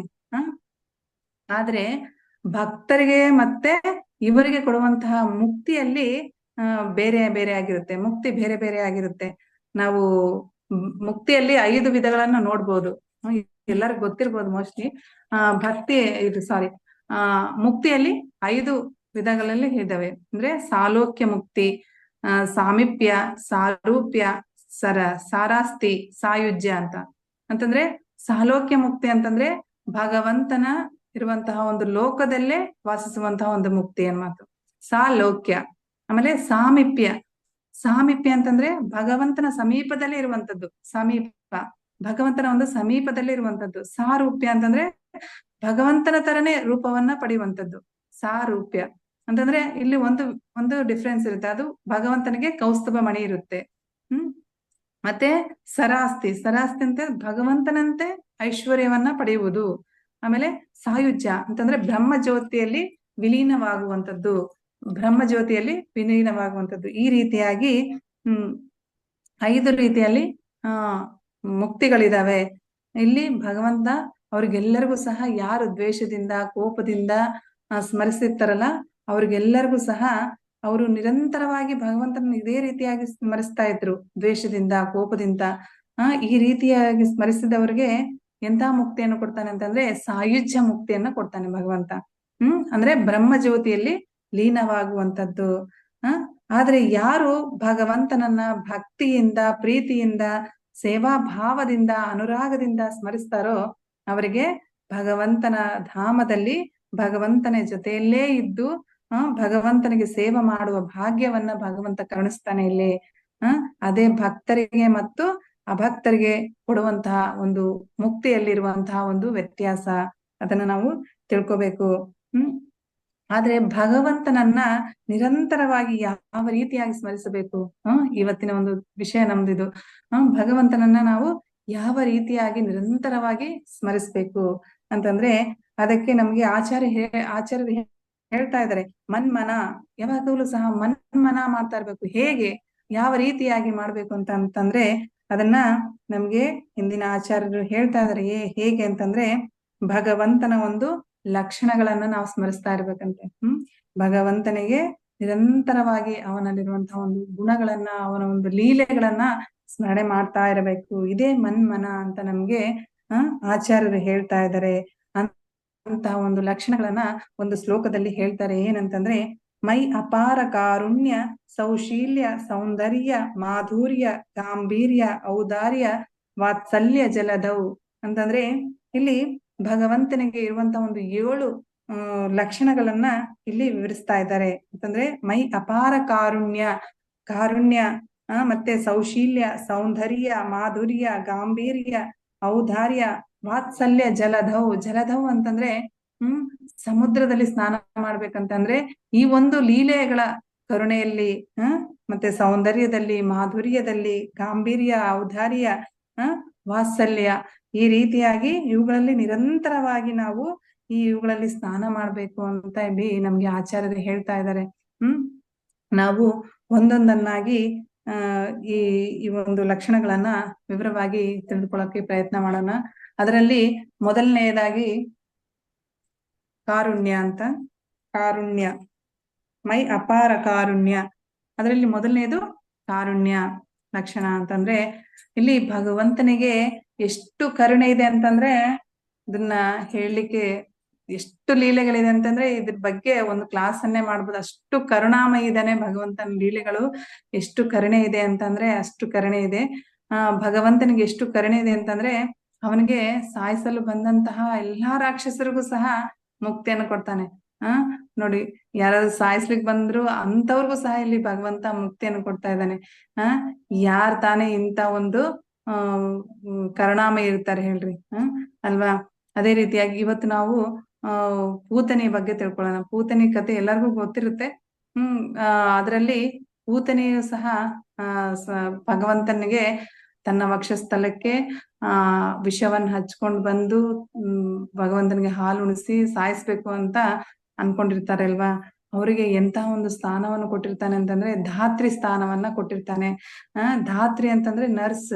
ನಮ್ಗೆ ಶಾಸ್ತ್ರಗಳು ಹೇಳ್ತವೆ ನಮ್ಗೆ 7 ಜನ ತಾಯಂದಿರಂತ. ಮೊದಲನೇದಾಗಿ ನಮ್ಗೆ ಜನ್ಮ ಕೊಟ್ಟಂತಹ ತಾಯಿ, ಆಮೇಲೆ ಭೂತಾಯಿ, ಆಮೇಲೆ ಗುರುಪತ್ನಿ, ಬ್ರಾಹ್ಮಣನ ಪತ್ನಿ, ಆಮೇಲೆ ರಾಜಪತ್ನಿ, ಗೋಮಾತ, ಆಮೇಲೆ ಧಾತ್ರಿ. ಈ ಧಾತ್ರಿ ನರ್ಸ್, ಈ 7 ಜನರಲ್ಲಿ ಒಂದು ಪ್ಲೇಸ್ ಅನ್ನ ಇಲ್ಲಿ ಪೂತನಿಗೆ ಕೊಡ್ತಾ ಇದ್ದಾರೆ. ಇದೇ ರೀತಿಯಾಗಿ ಈ ಒಂದು ವೃತ್ತಾಂತವನ್ನ ನಾವು ಶ್ರೀಮದ್ ಭಾಗವತದ 3ನೇ ಸ್ಕಂದ 2ನೇ ಅಧ್ಯಾಯ 23ನೇ ಶ್ಲೋಕದಲ್ಲಿ ಈ ಒಂದು ಪೂತನಿಯ ಬಗ್ಗೆ ನಾವು ತಿಳ್ಕೊಬಹುದು. ಈ ಶ್ಲೋಕದಲ್ಲಿ ಹೇಳ್ತಾ ಇದ್ದಾರೆ ಭಗವಂತ ಎಂತಹ ಕರುಣಾಮಯ ಇದ್ದಾನೆ ಅಂತ ಹೇಳ್ತಾ ಇದ್ದಾರೆ. ಏನಂತಂದ್ರೆ, ಅಹೋ ಬಕೀಯಂ ಸ್ತನಕಾಲಕೂಟಂ ಜಿಘ್ಘಂ ಸಯಾಪಾಯ ಯಾದಾಪ್ಯಸಾದ್ಭಿ ಲೇಭೆ ಗತಿಂ ಧಾತೃಜೀತಂ ತತನ್ಯಂ ಕಂಬಾದಯಾಲುಂ ಶರಣಂ ವ್ರಜೇಮ. ಇಲ್ಲಿ ಎಷ್ಟು ಚೆನ್ನಾಗಿ ಹೇಳ್ತಾ ಇದ್ದಾರೆ. ಅನುವಾದ ಓದ್ತಿದ್ದೀನಿ. ಅಯ್ಯೋ ಅವಿಧೇಯಳು, ತನ್ನ ಸ್ತನಗಳಿಂದ ಉಣಿಸಲು ಮಾರಣಾಂತಿಕ ವಿಷವನ್ನು ಉತ್ಪಾದಿಸಿದವಳು ಆದ ರಾಕ್ಷಸಿ ಪೂತನಿಗೆ ತಾಯಿ ಸ್ಥಾನ ನೀಡಿದ ಆ ಕರುಣಾಮಯಿಯನ್ನು ಬಿಟ್ಟು ನಾನು ಬೇರೆ ಯಾರನ್ನು ತಾನೇ ಆಶ್ರಯಿಸಲಿ? ಹೌದಲ್ವಾ? ನೋಡ್ರಿ, ಇಂತಹ ಒಂದು ಕಂಬಾದಯಾಲು ಶರಣಂ ರಜೇಮಾಂ. ಇಂಥ ಒಂದು ದಯಾಲು ಭಗವಂತನಿಗೆ ಶರಣಾಗ್ದೇನೆ ಇನ್ಯಾರಿಗೆ ನಾವು ಶರಣಾಗ್ಬೇಕು? ತನ್ನನ್ನು ಸಾಯಿಸ್ಲಿಕ್ಕೆ ಬಂದಂತವ್ರಿಗೂ ಸಹ ಭಗವಂತ ಇಲ್ಲಿ ಕರುಣೆಯನ್ನ ತೋರಿಸ್ತಾ ಇದ್ದಾನೆ ಅಲ್ವಾ? ಆಮೇಲೆ ಈ ಎಂತ ಕರುಣೆ ಇದೆ ಅಂತಂದ್ರೆ ಭಗವಂತನಿಗೆ 1-2 ಲೀಲೆಗಳನ್ನ ನಾನು ಕೆಲವೊಂದು ಕ್ಲಾಸ್ಗಳಲ್ಲಿ ಕೇಳಿದ್ದೆ, ಅದನ್ನ ಹೇಳ್ತೇನೆ. ಇಲ್ಲಿ ಮೊದಲನೇದಾಗಿ ಶ್ರೀನಾಥ್ಜಿ ವಿಗ್ರಹಗಳು ಅಂತ ಇದು ರಾಜಸ್ಥಾನದ ಉದಯ್ಪುರದಿಂದ ಒಂದು 50 ಕಿಲೋಮೀಟರ್ ದೂರದಲ್ಲಿರುವಂತ ಒಂದು ನಾಥ್ದ್ವಾರ ಅಂತ ಇದೆ. ನಾಥ್ದ್ವಾರ ಅನ್ನೋದು ಅದೊಂದು ಪವಿತ್ರವಾದಂತಹ ತೀರ್ಥ ಸ್ಥಾನ ಇದೆ. ಅಲ್ಲಿ ಅಲ್ಲಿ ಶ್ರೀನಾಥ್ಜಿ ವಿಗ್ರಹಗಳೇನಿದಾವಲ್ಲ, ಮಾಧವೇಂದ್ರ ಪುರಿ ಅವರಿಗೆ ಸಂಬಂಧಿಸಿದಂತಹ ವಿಗ್ರಹಗಳಾಗಿದ್ದಾವೆ. ಅವು ವಿಗ್ರಹಗಳು ಆಗಿದ್ದಾವೆ. ಅಲ್ಲಿ ತುಂಬಾ ಜನ ಭಕ್ತರು ಹೋಗ್ತಾ ಇರ್ತಾರೆ, ದರ್ಶನ ಮಾಡ್ತಾ ಇರ್ತಾರೆ. ಅಲ್ಲಿ ಜಾಸ್ತಿ ಅಂತಂದ್ರೆ ಗುಜರಾತಿಗಳು ಜಾಸ್ತಿ ಭಗವಂತನನ್ನ ಅಲ್ಲಿ ಆರಾಧನೆ ಮಾಡ್ತಾರೆ. ಅಲ್ಲಿ ಭಗವಂತನಿಗೆ ಎಷ್ಟು ತುಂಬಾ ಚೆನ್ನಾಗಿ ಅಲಂಕಾರ ಮಾಡಿರ್ತಾರೆ ಅಂತಂದ್ರೆ, ಹೇಗೆ ಅಂತಂದ್ರೆ ಎಲ್ಲಾನು ಸಹ ವಜ್ರಗಳಿಂದನೇ ಅಲಂಕಾರ ಮಾಡಿರ್ತಾರೆ ಶ್ರೀನಾಥ್ಜಿಗೆ. ಎಲ್ಲಾನು ಸಹ ಏನು ಕಾಲ್ಗೆಜ್ಜೆ, ಖಡ್ಗ, ಕುಂಡಲಿಗಳು, ಆಮೇಲೆ ಎಲ್ಲಾ ಆಭರಣಗಳು, ಮತ್ತೆ ಇವನ್ ಕಿರೀಟನು ಸಹ ವಜ್ರಗಳಿಂದನೇ ಮಾಡಿರ್ತಾರಂತೆ. ಎಲ್ಲಾನು ಸಹ ತುಂಬಾ ಚೆನ್ನಾಗಿ ಅಲಂಕಾರ ಮಾಡಿರ್ತಾರೆ. ತುಂಬಾ ಚೆನ್ನಾಗಿ ಕಂಗೊಳಿಸ್ತಾ ಇರ್ತಾನೆ ಭಗವಂತ ಶ್ರೀನಾಥ್ಜಿ. ಒಮ್ಮೆ ಏನಾಗುತ್ತೆ ಅಂದ್ರೆ, ಆ ಒಂದು ದೇವಸ್ಥಾನಕ್ಕೆ ಒಬ್ಬ ಕಳ್ಳ ಬರ್ತಾನೆ. ಕಳ್ಳ ಬಂದಾಗ ಅವನ್ ನೋಡ್ತಾನೆ, ಭಗವಂತನ ನೋಡ್ಬಿಟ್ಟು, ಓ ಇವತ್ ರಾತ್ರಿ ನಾನು ಇವನ್ನೆಲ್ಲವನ್ನು ಸಹ ಕಳ್ತನ ಮಾಡ್ಬೇಕು, ಇವೆಲ್ಲವನ್ನು ಸಹ ನಾನು ಕದಿಬೇಕು ಅನ್ನೋ ಒಂದು ಪ್ಲಾನ್ ಅನ್ನ ಮಾಡ್ಕೊಂತಾನೆ. ಅದೇ ರೀತಿಯಾಗಿ ಎಲ್ಲರೂ ಸಹ ಹೊರಟೋದ್ಮೇಲೆ ಅವನು ಒಳಗ್ ಹೋಗಿ ಎಲ್ಲಾನು ಸಹ ಕಳ್ತನ ಮಾಡ್ತಾ ಇರ್ತಾನೆ. ಅಂದ್ರೆ ಈಗಿರುವಂತ ಒಂದು ಸೆಕ್ಯೂರಿಟಿ ಆಗಿರ್ಲಿಲ್ಲ ಅನ್ನೋದು. ಇದು ರಿಯಲ್ ಆಗಿ ನಡೆದಿರುವಂತಹ ಒಂದು ಘಟನೆ. ಆಗ ಅಷ್ಟೊಂದು ಸೆಕ್ಯೂರಿಟಿ ಇರ್ಲಿಲ್ಲ, ಈಗ ತುಂಬಾ ಸೆಕ್ಯೂರಿಟಿ ಇದೆ. ಅವಾಗ ಹೋಗ್ಬಿಟ್ಟು ಒಂದೊಂದಾಗಿ ಅವನು ಭಗವಂತನ ಗೆಜ್ಜೆಗಳನ್ನು ಬಿಸ್ತಾನೆ, ಖಡ್ಗಗಳನ್ನು ಬಿಸ್ತಾನೆ, ಕುಂಡಲಿಗಳನ್ನ, ಸರಗಳನ್ನ ಎಲ್ಲ ಒಂದೊಂದಾಗಿ ಬಿಸ್ತಾನೆ. ಬಿಚ್ಚಿದಾಗ ಕಿರೀಟವನ್ನು ನೋಡ್ತಾನೆ. ಕಿರೀಟನು ಸಹ ತುಂಬಾ ಬೆಲೆ ಬಾಳುವಂತದ್ದು. ಇದನ್ನು ಸಹ ತೆಗಿಬೇಕು ಅಂತಂದ್ರೆ ಎತ್ತರದಲ್ಲಿದೆ, ಅವನ್ಗೆ ಎಟಕಿಸ್ತಾ ಇರೋದಿಲ್ಲ. ಅವಾಗ ಏನ್ ಮಾಡ್ತಾನೆ ಅಂತಂದ್ರೆ, ಕಳ್ಳ ಭಗವಂತನ ಮೇಲೆನೆ ಹತ್ತು ಬಿಟ್ಟು ಆ ಕಿರೀಟವನ್ನ ಬಿಚ್ತಾ ಇರ್ತಾನೆ. ಆ ಟೈಮಲ್ಲಿ ಆ ವಿಗ್ರಹದಿಂದ ನಗುವಂತಹ ಒಂದು ಶಬ್ದ ಬರುತ್ತೆ. ಅವಾಗ ಆ ಕಳ್ಳ ಕೇಳ್ತಾನೆ, ಯಾರ್ ನಗ್ತಾ ಇರೋದು ಅಂತ. ನಾನೇ ಅಂತ ಹೇಳ್ತಾನೆ ಭಗವಂತ. ಅಲ್ಲಿ ವಿಗ್ರಹದಿಂದ ಬರ್ತಾ ಇದೆ. ನಾನೇ ನಗ್ತಾ ಇರೋದು ಅಂತ. ಅವಾಗ ಯಾಕ್ ನಗ್ತಾ ಇದೀಯಾ ಅಂತ ಈ ಕಳ್ಳ ಕೇಳ್ತಾನೆ. ಅವಾಗ ಭಗವಂತ ಹೇಳ್ತಾನೆ, ಅಪ್ಪ ನಿನ್ನ ಒಂದು ಭಕ್ತಿಗೆ ಮೆಚ್ಚಿಬಿಟ್ಟು ನನಗೆ ನಗು ಬಂತು ಅಂತ. ನಾನೇನ್ ಮಾಡಿದೀನಿ, ನಾನು ಅಷ್ಟೊಂದು ಭಕ್ತಿ ಏನ್ ಮಾಡಿದೀನಿ ಅಂತ ಕೇಳ್ತಾನೆ ಈ ಕಳ್ಳ.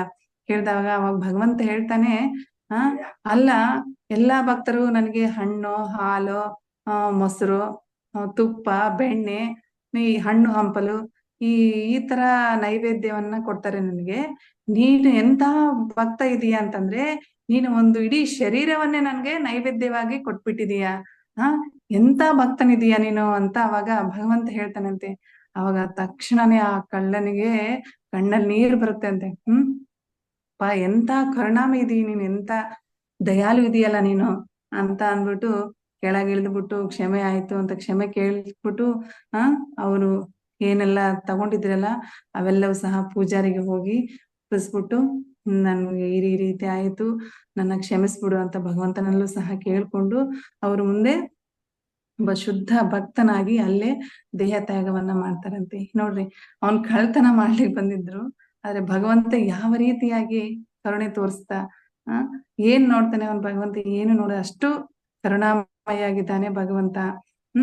ಆಮೇಲೆ ವಿಷ್ಣು ಸಹಸ್ರನಾಮದಲ್ಲೂ ಸಹ ಭಗವಂತನ ಒಂದು ನಿಮಿಷ ಅನಿಮಿಷ ಅಂತ ಒಂದು ಗುಣ ಬರುತ್ತೆ ಅಂತಂದ್ರೆ, ನಿಮಿಷ ಅಂತಂದ್ರೆ ನಿಮಿಷ ಅಂತಂದ್ರೆ ರೆಪ್ಪೆಯನ್ನ ಬಡಿಯೋದು, ರೆಪ್ಪೆಯನ್ನ ಬಡಿಯೋದು. ಅನಿಮಿಷ ಅಂತಂದ್ರೆ ಅದೇ ರೀತಿಯಾಗಿರುವಂತದ್ದು, ಅಂದ್ರೆ ರೆಪ್ಪೆಯನ್ನ ಬಡಿದೇನೆ ಇರುವಂತದ್ದು, ನಿಮಿಷ ಅನಿಮಿಷ. ಅಟ್ ಅ ಟೈಮ್ ಹೆಂಗಾಗುತ್ತೆ ಭಗವಂತ ಒಂದೇ ಸರಿ, ಅದು ವಿಷ್ಣು ಸಹಸ್ರನಾಮದಲ್ಲಿ ಇದೆ. ಇದಕ್ಕೆ ಬಲದೇವ್ ವಿದ್ಯಾಭೂಷಣ್ ರವರು ಒಂದು ಕಾಮೆಂಟ್ರಿಯನ್ನು ಬರೀತಾರೆ.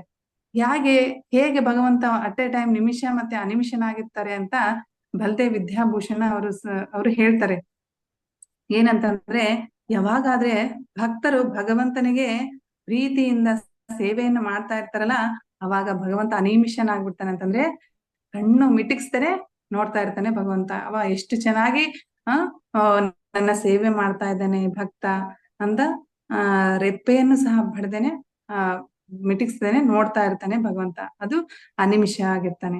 ಹಾಗಾದ್ರೆ ಮತ್ತೆ ನಿಮಿಷ ಯಾವಾಗ ಆಗ್ತಾನೆ ಅಂತಂದ್ರೆ, ಯಾವಾಗ ಭಕ್ತನ ತಪ್ಪು ಮಾಡ್ತಾನೋ, ಯಾವಾಗ ಭಕ್ತರು ತಪ್ಪು ಮಾಡ್ತಾರಲ್ಲ ಅವಾಗ ಅವರು ರೆಪ್ಪೆಗಳನ್ನ ಬಡಿತಾರಂತ. ನಾನೇನು ನೋಡಿಲ್ಲ, ನನ್ನ ಭಕ್ತ ಏನ್ ತಪ್ಪು ಮಾಡಿದ್ದಾನೋ ಅದು ನನಗೆ ಕಾಣಿಸ್ಲೇ ಇಲ್ಲ ಆ ಅಂತ ಭಗವಂತ ಕಣ್ಣು ಮುಚ್ಕೊಂತಾನಂತೆ. ಅದು ಭಗವಂತನ ಒಂದು ಭಕ್ತರ ಬಗ್ಗೆ ಇರುವಂತಹ ಒಂದು ಕರುಣೆಯಾಗಿದೆ. ಇದನ್ನ ಮತ್ತೆ ಭಗವಂತನಿಗೆ ಸ್ವಲ್ಪನೇ ಸ್ವಲ್ಪ ಏನಾದ್ರೂ ನಾವು ಸೇವೆಯನ್ನು ಮಾಡಿದ್ರೆ ಅದು ಭಗವಂತ ಖಂಡಿತವಾಗಿಯೂ ಮರೆಯೋದಿಲ್ಲ. ಅಂತ ಕರುಣಾಮಯಿ ಭಗವಂತನಾಗಿದ್ದಾನೆ. ಆಮೇಲೆ ಇನ್ನೊಂದು ಕಲ್ಕತ್ತಾ ಟೆಂಪಲ್ ಅಲ್ಲಿ ನಡೆದಿರುವಂತ ಒಂದು ಘಟನೆ, ಇದು ನಿಜವಾಗಿ ನಡೆದಿರುವಂತ ಒಂದು ಘಟನೆ ಆಗಿದೆ. ಏನಂತಂದ್ರೆ ಕಲ್ಕತ್ತಾ ಅಲ್ಲಿ ಟೆಂಪಲ್ ಪ್ರೆಸಿಡೆಂಟ್ಗೆ ಒಂದು ಕಾಲ್ ಬರುತ್ತೆ, ಫೋನ್ ಕಾಲ್ ಬರುತ್ತೆ. ಆ ಫೋನ್ ಕಾಲ್ ಬಂದಾಗ ಆ ಕಡೆಯಿಂದ ಒಬ್ಬ ಮಹಿಳೆ ಮಾತಾಡ್ತಾರೆ. ಏನಂತ ಅಂದ್ರೆ, ಪ್ರಭುಜಿ, ನಮ್ಮ ಮನೆಯಲ್ಲಿ ಒಬ್ಬ ಹಿರಿಯ ಮಹಿಳೆ ಈಗ ದೇಹ ತ್ಯಾಗ ಮಾಡುವಂತ ಒಂದು ಸ್ಥಿತಿಯಲ್ಲಿದ್ದಾರೆ. ಡಾಕ್ಟರ್ಸ್ ಇನ್ನೇನು ಮಾಡ್ಲಿಕ್ಕೆ ಆಗೋದಿಲ್ಲ, ಒಂದು ಕೊನೆ ಸ್ಟೇಜ್ ಅಲ್ಲಿ ಇದ್ದಾರೆ.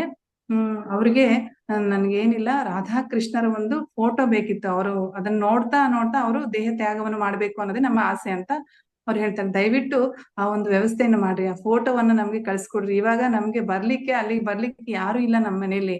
ಸೊ ಹಾಗಾಗಿ ನೀವೇ ಅದರ ವ್ಯವಸ್ಥೆಯನ್ನು ಮಾಡ್ರಿ ಪ್ರಭುಜಿ ಅಂತ ಆ ಮಹಿಳೆ ಫೋನ್ ಮಾಡ್ತಾರೆ.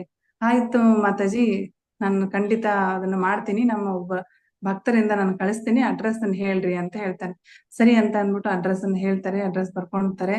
ಆಯ್ತಂತ ಈ ಟೆಂಪಲ್ ಪ್ರೆಸಿಡೆಂಟ್ ಅವರು ಅಲ್ಲಿ ಟೆಂಪಲ್ ಅಲ್ಲಿ ಶಾಪ್ ಇರುತ್ತಲ್ಲ, ಹೋಗಿ ಅಲ್ಲಿ ನೋಡ್ತಾರೆ ರಾಧಾಕೃಷ್ಣರ ಒಂದು ಫೋಟೋವನ್ನ. ಅಲ್ಲಿ ಕಲ್ಕತ್ತಾ ಟೆಂಪಲ್ ಅಲ್ಲಿ ಇರುವಂತದ್ದು ರಾಧಾ ಗೋವಿಂದಜಿ ವಿಗ್ರಹಗಳನ್ನ, ಮತ್ತೆ ಜಗನ್ನಾಥ್ ಬಲದೇವ ಸುಭದ್ರಮಯಿ ವಿಗ್ರಹಗಳು ಇರ್ತವೆ. ಅವ್ರ ಫೋಟೋಗಳನ್ನ ನೋಡ್ತಾರೆ, ಒಂದು ಫೋಟೋನು ಇರೋದಿಲ್ಲ. ಏನ್ ಹಂಗಾಯ್ತಲ್ಲ ಅಂತ ಅಲ್ಲಿ ಕೇಳಿದ್ರೆ, ಇಲ್ಲ ಪ್ರಭುಜಿ, ಮೊನ್ನೆನೆ ಫೆಸ್ಟಿವಲ್ ಆಯ್ತು, ಸೊ ಹಾಗಾಗಿ ಎಲ್ಲ ಖಾಲಿ ಆಗ್ಬಿಟ್ಟಿದಾವೆ ಅಂತ ಅಲ್ಲಿ ಪ್ರಭುಜಿ ಅವರು ಹೇಳ್ತಾರೆ. ಈಗ ಎಂತ ಮಾಡೋದು ಅಂತ ಅಂದ್ಬಿಟ್ಟು ವಾಪಸ್ ಬರ್ತಾರೆ, ಅವ್ರ ಆಫೀಸ್ ರೂಮ್ ಬರ್ತಾರೆ. ಅವರು ಒಂದು ಹಿಂದೆನೆ ರಾಧಾ ಶ್ಯಾಮ್ ಸುಂದರ ಒಂದು ಫೋಟೋ ಇರುತ್ತೆ, ಅವರ ಫೋಟೋ, ಸುಂದರವಾದಂತ ಒಂದು ಫೋಟೋ ಇರುತ್ತೆ.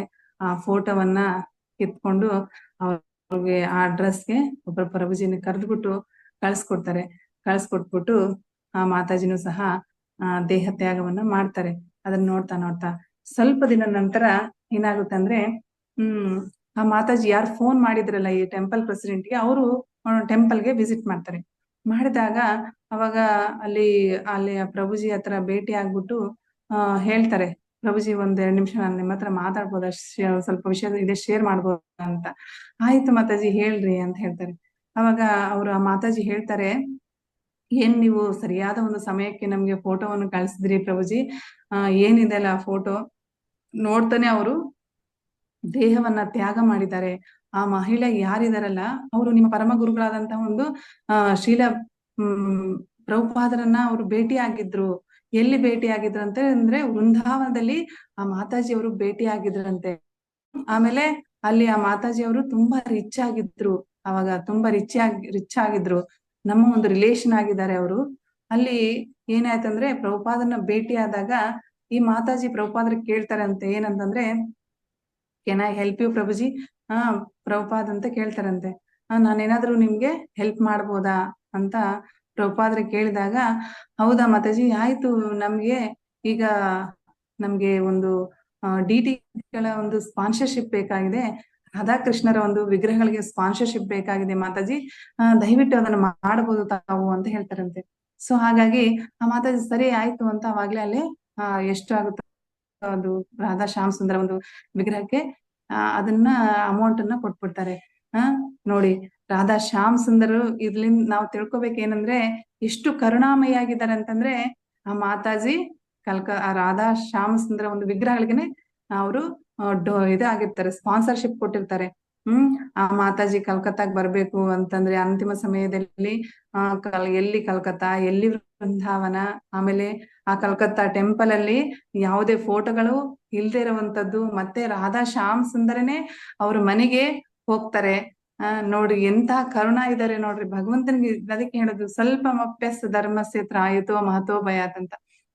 ಸ್ವಲ್ಪನೇ ಸ್ವಲ್ಪ ಅವನಿಗೆ ಏನಾದ್ರೂ ಒಂದು ಸೇವೆಯನ್ನು ಮಾಡ್ಬಿಟ್ರೆ ಸಾಕು, ಭಗವಂತ ಅದನ್ನ ಮರೆಯೋದಿಲ್ಲ ಅಂತ ಅಂದ್ಬಿಟ್ಟು ಅಲ್ಲಿ ಸ್ವಯಂ ರಾಧಾ ಶ್ಯಾಮ್ ಸುಂದರ ಬಂದು ಆ ಮಾತಾಜಿಯವ್ರನ್ನ ಕರ್ಕೊಂಡು ಹೋದ ಅಂತ ಈ ಲೀಲೆಯಿಂದ ನಮ್ಗೆ ಗೊತ್ತಾಗುತ್ತೆ. ಅಷ್ಟು ಕರುಣಾಮಯಿಯಾಗಿದ್ದಾರೆ ಭಗವಂತ. ಆಮೇಲೆ ಸೌಶೀಲ್ಯ ಈ ಸೌಶೀಲ್ಯ ಎರಡನೇ ಒಂದು ಗುಣ ಅಂತಂದ್ರೆ ಸೌಶೀಲ್ಯಂ ಅಂತಂದ್ರೆ ಅವರಿಗೆ ಇರುವಂತಹ ಗುಣಗಳು ಎಷ್ಟಿದೆ ಅಂತಂದ್ರೆ ಭಗವಂತನಿಗೆ ಲೆಕ್ಕ ಇಲ್ಲ. ಅದೆಲ್ಲವೂ ಸಹ ಶ್ರೀಮದ್ ಭಾಗವತದಲ್ಲಿ ಅವನ ಒಂದು ಗುಣಗಳೇ ಆಗಿದ್ದೇವೆ. ನಿರಂತರವಾಗಿ ಭಗವಂತನನ್ನ ಸ್ಮರಿಸ್ತಾ ಇದ್ರೆ, ಓದ್ತಾ ಇದ್ರೆ ಅಂತಂದ್ರೆ ಭಾಗವತವನ್ನ ಓದ್ತಾ ಇದ್ರೆ, ನಾವು ಸ್ಮರಿಸ್ತಾ ಇದ್ರೆ, ಶ್ರವಣ ಮಾಡ್ತಾ ಇದ್ರೆ, ಅದೇ ಒಂದು ಭಗವಂತನ ಒಂದು ಸೌಶೀಲ್ಯವನ್ನ ನಿರಂತರವಾಗಿ ಸ್ಮರಿಸುವುದಾಗಿದೆ ಅಂತ ಇಲ್ಲಿ ನಾವು ತಿಳ್ಕೊಬಹುದು. ಮತ್ತೆ ಭಕ್ತರು ಸಹ ನಮ್ಗೆ ಹೇಗೆ ಅಂತಂದ್ರೆ ಭಗವದ್ಗೀತೆಯ ಚತುಶ್ಲೋಕದಲ್ಲಿ ಹೇಳ್ತಾರೆ ಏನಂತಂದ್ರೆ 10ನೇ ಅಧ್ಯಾಯ 9ನೇ ಶ್ಲೋಕದಲ್ಲಿ ಮಚ್ಚಿತ್ತ ಮದ್ಗತಾ ಪ್ರಾಣ ಬೋಧಯಂತ ಪರಸ್ಪರಂ ಅಂತಂದ್ರೆ ನಮ್ಗೆ ಅದು ಗೊತ್ತಿದ್ರು ಸಹ ಒಂದು ಲೀಲೆ, ಭಗವಂತನ ಒಂದು ಲೀಲೆ ಗೊತ್ತಿದ್ರು ಸಹ ನಿರಂತರವಾಗಿ ಭಕ್ತರು ಒಬ್ಬರಿಗೊಬ್ಬರು ಭಗವಂತನ ಗುಣಗಳ ಬಗ್ಗೆ ಚರ್ಚಿಸ್ಕೊಂಡು ಭಕ್ತರು ಆನಂದ ಪಡ್ತಾ ಇರ್ತಾರೆ. ಈ ರೀತಿಯಾಗಿ ಭಗವಂತನ ಒಂದು ಸೌಶೀಲ್ಯವನ್ನ ನಿರಂತರವಾಗಿ ಸ್ಮರಿಸಬೇಕು ಅಂತ ಇಲ್ಲಿ ನಾವು ತಿಳ್ಕೋಬೇಕು. ಆಮೇಲೆ ಸೌಂದರ್ಯ, ಭಗವಂತನ ಒಂದು ಸೌಂದರ್ಯ ಯಾವ ರೀತಿಯಾಗಿದೆ ಅಂತಂದ್ರೆ ಮಹಾತ್ಮರು ಭಕ್ತರು ನಿರಂತರವಾಗಿ ಅವನ ಒಂದು ಸೌಂದರ್ಯದ ಬಗ್ಗೆ ಚಿಂತಿಸ್ತಾ ಇರ್ತಾರೆ, ಸ್ಮರಿಸ್ತಾ ಇರ್ತಾರೆ. ಇಂತಹ ಸೌಂದರ್ಯ ಅಂತಂದ್ರೆ ಅವನ ವರ್ಣನೇನೇ ಇಲ್ಲ. ಅದನ್ನ ಶ್ರೀಮದ್ ಭಾಗವತದ 10ನೇ ಸ್ಕಂದ 21ನೇ ಅಧ್ಯಾಯ 5ನೇ ಶ್ಲೋಕದಲ್ಲಿ ಈ ರೀತಿಯಾಗಿ ಹೇಳ್ತಾ ಇದ್ದಾರೆ ಏನಂತಂದ್ರೆ ಬರಹ ಪೀಡಂ ನಟವರವಪು ಕರ್ಣಯೋ ಕರ್ಣೀಕರಂ ಬೇಪ್ರಿಯಾದ್ವಸನ ಕನಕ ಕಪೀಸಂ ವೈಜಯಂತೀಂ ಚ ಮಾಲಾಂ ರಂಧ್ರಾನ್ ವೇಣುವರಧರ ಸುಧಯಾ ಪೂರಯನ್ ಗೋಪವೃಂದೈ ವೃಂದಾರಣ್ಯಂ ಸ್ವಪದ ರಮಣಂ ಪ್ರವಿಶಾತ್ ಗೀತ ಕೀರ್ತಿ. ಇಲ್ಲಿ ಬರಹ ಪೀಡಂ ನಟವರವಪು ಕರ್ಣಯೋ ಕರ್ಣೀಕರಂ. ಎಷ್ಟು ಸುಂದರವಾಗಿ ಭಗವಂತನ ಒಂದು ಸೌಂದರ್ಯವನ್ನು ವರ್ಣಿಸಿದ್ದಾರೆ ಅಂತಂದ್ರೆ ಇಲ್ಲಿ ಅನುವಾದವನ್ನು ಓದ್ತೇನೆ ನಾನು. ಕೃಷ್ಣನ ತಲೆಯಲ್ಲಿ ಅಲಂಕಾರಕ್ಕಾಗಿ ನವಿಲು ಗರಿಯನ್ನ ಸಿಕ್ಕಿಸಿಕೊಂಡಿದ್ದನು, ಕಿವಿಯಲ್ಲಿ ನೀಲಿ ಕರ್ಣಿಕಾರ ಹೂವುಗಳನ್ನು ಸಿಕ್ಕಿಸಿಕೊಂಡಿದ್ದನು, ಚಿನ್ನದಂತೆ ಹೊಳೆಯುವ ಪೀತಾಂಬರವನ್ನು ಧರಿಸಿದ್ದನು, ಕೊರಳಲ್ಲಿ ವೈಜಯಂತಿ ಮಾಲೆ ಇತ್ತು. ತನ್ನ ಪದ ಚಿಹ್ನೆಯಿಂದ ವೃಂದಾವನದ ಅರಣ್ಯವನ್ನು ಚೆಲುವಾಗಿಸುತ್ತಾ ಅದನ್ನು ಪ್ರವೇಶಿಸುವಾಗ ಕೃಷ್ಣನು ವೃಂದಾವನದ ನಟವರನಂತೆ ತನ್ನ ದಿವ್ಯ ರೂಪವನ್ನು ತೋರಿಸಿದನು. ತನ್ನ ಅಧರಾಮೃತದಿಂದ ಕೊಳಲಿನ ರಂಧ್ರಗಳನ್ನು ತುಂಬಿದನು. ಗೋಪಬಾಲರು ಅವನ ಮಹಿಮೆಗಳನ್ನು ಹಾಡಿದರು. ಈ ರೀತಿಯಾಗಿ ಭಗವಂತನ ಒಂದು ಸೌಂದರ್ಯವನ್ನ ನಾವು ನಿರಂತರವಾಗಿ ಸಹ ಅವನ ಒಂದು ರೂಪವನ್ನ ನವಿಲಿಗರು ಅವನ ತಲೆ ಮೇಲೆ ಇರುವುದನ್ನ ಕನಕ ಕಪೀಶಂ ಅಂತಂದ್ರೆ ಅವನು ಕನಕ ವರ್ಣದಲ್ಲಿರುವಂತಹ ಹಳದಿ ಕಲರ್ ನಲ್ಲಿರುವಂತಹ ಪಂಚೆಯನ್ನ, ವೈಜಯಂತಿ ಮಾಲೆಯನ್ನ, ಅವನ ವೇಣು ಅದರಲ್ಲಿ ಅಧರನ್ನು ತುಂಬಿಸುವಂತದ್ದು, ಅವನ ಒಂದು ತ್ರಿಭಂಗ ರೂಪದಲ್ಲಿರುವಂತಹ ನಟವರ ರೂಪದಲ್ಲಿರುವಂತಹ ಪ್ರತಿಯೊಂದನ್ನು ಸಹ ವೃಂದಾರಣ್ಯದಲ್ಲಿರುವಂತಹ ಎಲ್ಲಾ ಗೋಪಪಾಲಕರು, ಗೋಪಿಕೆಯರು, ಭಕ್ತರು ಎಲ್ಲರೂ ಸಹ ಇದನ್ನೇ ಅವನ ಒಂದು ಸೌಂದರ್ಯದ ಬಗ್ಗೆ ಯಾವಾಗ್ಲೂ ಸಹ ಮನನ ಮಾಡ್ತಾ ಇರ್ತಾರೆ, ಸ್ಮರಿಸ್ತಾ ಇರ್ತಾರೆ. ಅದರಿಂದ ಭಗವಂತನ ಒಂದು ಸೌಂದರ್ಯ ಹೆಂಗಿದೆ ಅಂತಂದ್ರೆ ಕಂದರ್ಪ ಅಂತಂದ್ರೆ ಮನ್ಮಥನನ್ನು ಸಹ ಮೋಹಿಸುವಂತ ಸೌಂದರ್ಯ ಭಗವಂತನದು. ಅದರಿಂದ ಹೇಳ್ತಾರಲ್ಲ ಮದನ ಮೋಹನ ಅಂತ. ಅಂತಹ ಒಂದು ಸೌಂದರ್ಯವನ್ನ ನಾವು ನಿರಂತರವಾಗಿ ಸ್ಮರಿಸಬೇಕು. ಆಮೇಲೆ 4ನೇದು ಮಾಧುರ್ಯ. ಮಾಧುರ್ಯ ಅಂತಂದ್ರೆ ಸ್ವೀಟ್ನೆಸ್, ಸಿಹಿಯಾಗಿರುವುದು. ಆಚಾರ್ಯರು ನಮ್ಗೆ ಹೇಳ್ತಾರೆ ಅಧರಂ ಮಧುರಂ ವದನಂ ಮಧುರಂ ಮಧುರಾಧಿಪತಯೇ ಅಖಿಲಂ ಮಧುರಂ. ಅಂದ್ರೆ ಇಲ್ಲಿ ಎಲ್ಲವೂ ಸಹ ಮಧುರನೇ, ಭಗವಂತನ ಏನೇ ಮಾಡ್ಲಿ ಮಧುರನೇ. ಅಷ್ಟು ಸ್ವೀಟ್ ಆಗಿರುತ್ತೆ ಅವನ ಒಂದು ಗಮನ ಆಗಿರ್ಬೋದು, ಅವನ ಹಾವ ಭಾವ ಆಗಿರ್ಬೋದು, ಅವನ ರೂಪ ಲೀಲೆಗಳು ಗುಣಗಳು ಒಂದ ಎರಡ ಎಷ್ಟು ಹೇಳಿದ್ರು ಕಡಿಮೆನೆ ಅಲ್ವಾ. ಎಲ್ಲವೂ ಸಹ ಅವನ್ ಮಾತಾಡಿದ್ರು ಮಧುರ, ಅವನ್ ನಡೆದ್ರು ಮಧುರ, ಯಾವ ಲೀಲೆ ಮಾಡಿದ್ರು ಸಹ ಮಧುರವೇ. ಅಂತ ಒಂದು ಲೀಲೆಗಳನ್ನ ನಾವು ಯಾವಾಗ್ಲೂ ಸಹ ನೆನೆಸ್ತಾ ಇರ್ಬೇಕು. ಅವನು ಮಧುರ ಅನ್ನೋ ಒಂದು ಮಂಡಳಕ್ಕೆ ಅಧಿಪತಿಯಾಗಿದ್ದಾನೆ ಅಂತ ಇಲ್ಲಿ ನಾವು ಭಗವಂತನ ಒಂದು ನಿರಂತರವಾಗಿ ಈ ಸ್ವೀಟ್ನೆಸ್, ಭಗವಂತನ ಮಧುರವನ್ನ ನಾವು ಸ್ಮರಿಸಬೇಕು ಅಂತ ಇಲ್ಲಿ ನಾವು ತಿಳ್ಕೊಬಹುದು, ನಾವು ನೆನೆಸ್ತಾ ಇರ್ಬೇಕು. ನೆಕ್ಸ್ಟ್ 5ನೇದು ಗಾಂಭೀರ್ಯ. ಗಾಂಭೀರ್ಯ ಎಂತದ್ದು, ಭಗವಂತನ ಒಂದು ಗಾಂಭೀರ್ಯ ಹೇಗಿದೆ ಅಂತಂದ್ರೆ ಎಷ್ಟು ಗಂಭೀರವಾಗಿರ್ತಾನೆ ಅಂತಂದ್ರೆ ಹಸ್ತಿನಾಪುರಕ್ಕೆ ದೂತನಾಗಿ ಹೋದಾಗ ಅವನು ಎಷ್ಟು ಗಾಂಭೀರ್ಯವಾಗಿ ವಿವರಿಸ್ತಾನೆ. ಎಲ್ಲರಿಗೂ ಗೊತ್ತಿದೆ, ಅದು ಪಾಸ್ಟ್ ಟೈಮ್ ಆಗ್ತಾ ಇರೋದ್ರಿಂದ ನಾನು ಶಾರ್ಟ್ ಆಗಿ ಹೇಳ್ತೀನಿ. ಎಷ್ಟು ಗಾಂಭೀರ್ಯವಾಗಿ ಅಲ್ಲಿ ದೂತನಾಗಿ ವರ್ತಿಸ್ತಾನೆ. ಆಮೇಲೆ ನಂತರ ಶಿಶುಪಾಲ ಎಲ್ಲರ ಮುಂದೆ ಆ ಒಂದು ಸಭೆಯಲ್ಲಿ ನಿಲ್ಲಿಸ್ತಾ ಇರ್ತಾನೆ. ಆದ್ರೆ ಸಹ ಯಾವುದೇ ರೀತಿಯಾದಂತಹ ಒಂದು ನನಗೆ ಕೋಪ ಇಲ್ಲ, ಯಾವುದೇ ರೀತಿ ಬೆಣಕದಿಲ್ಲ, ಯಾವ ಪ್ರೇಮ ಇಲ್ಲ, ಯಾವುದೇ ರೀತಿಯ ಭಾವ ಇಲ್ದೇನೆ ಸೈಲೆಂಟ್ ಆಗಿ ಅವನು ಏನ್ ಹೇಳ್ತಾನೋ ಅದನ್ನ ಸುಮ್ಮನೆ ಕೇಳ್ತಾ ಇರ್ತಾನೆ ಅಷ್ಟೇನೆ. ಏನ್ ನಿಂದಿಸ್ತಾ ಇರ್ತಾನೋ ಅದನ್ನ ಸುಮ್ಮನೆ ಕೇಳ್ತಾ ಇರ್ತಾನೆ.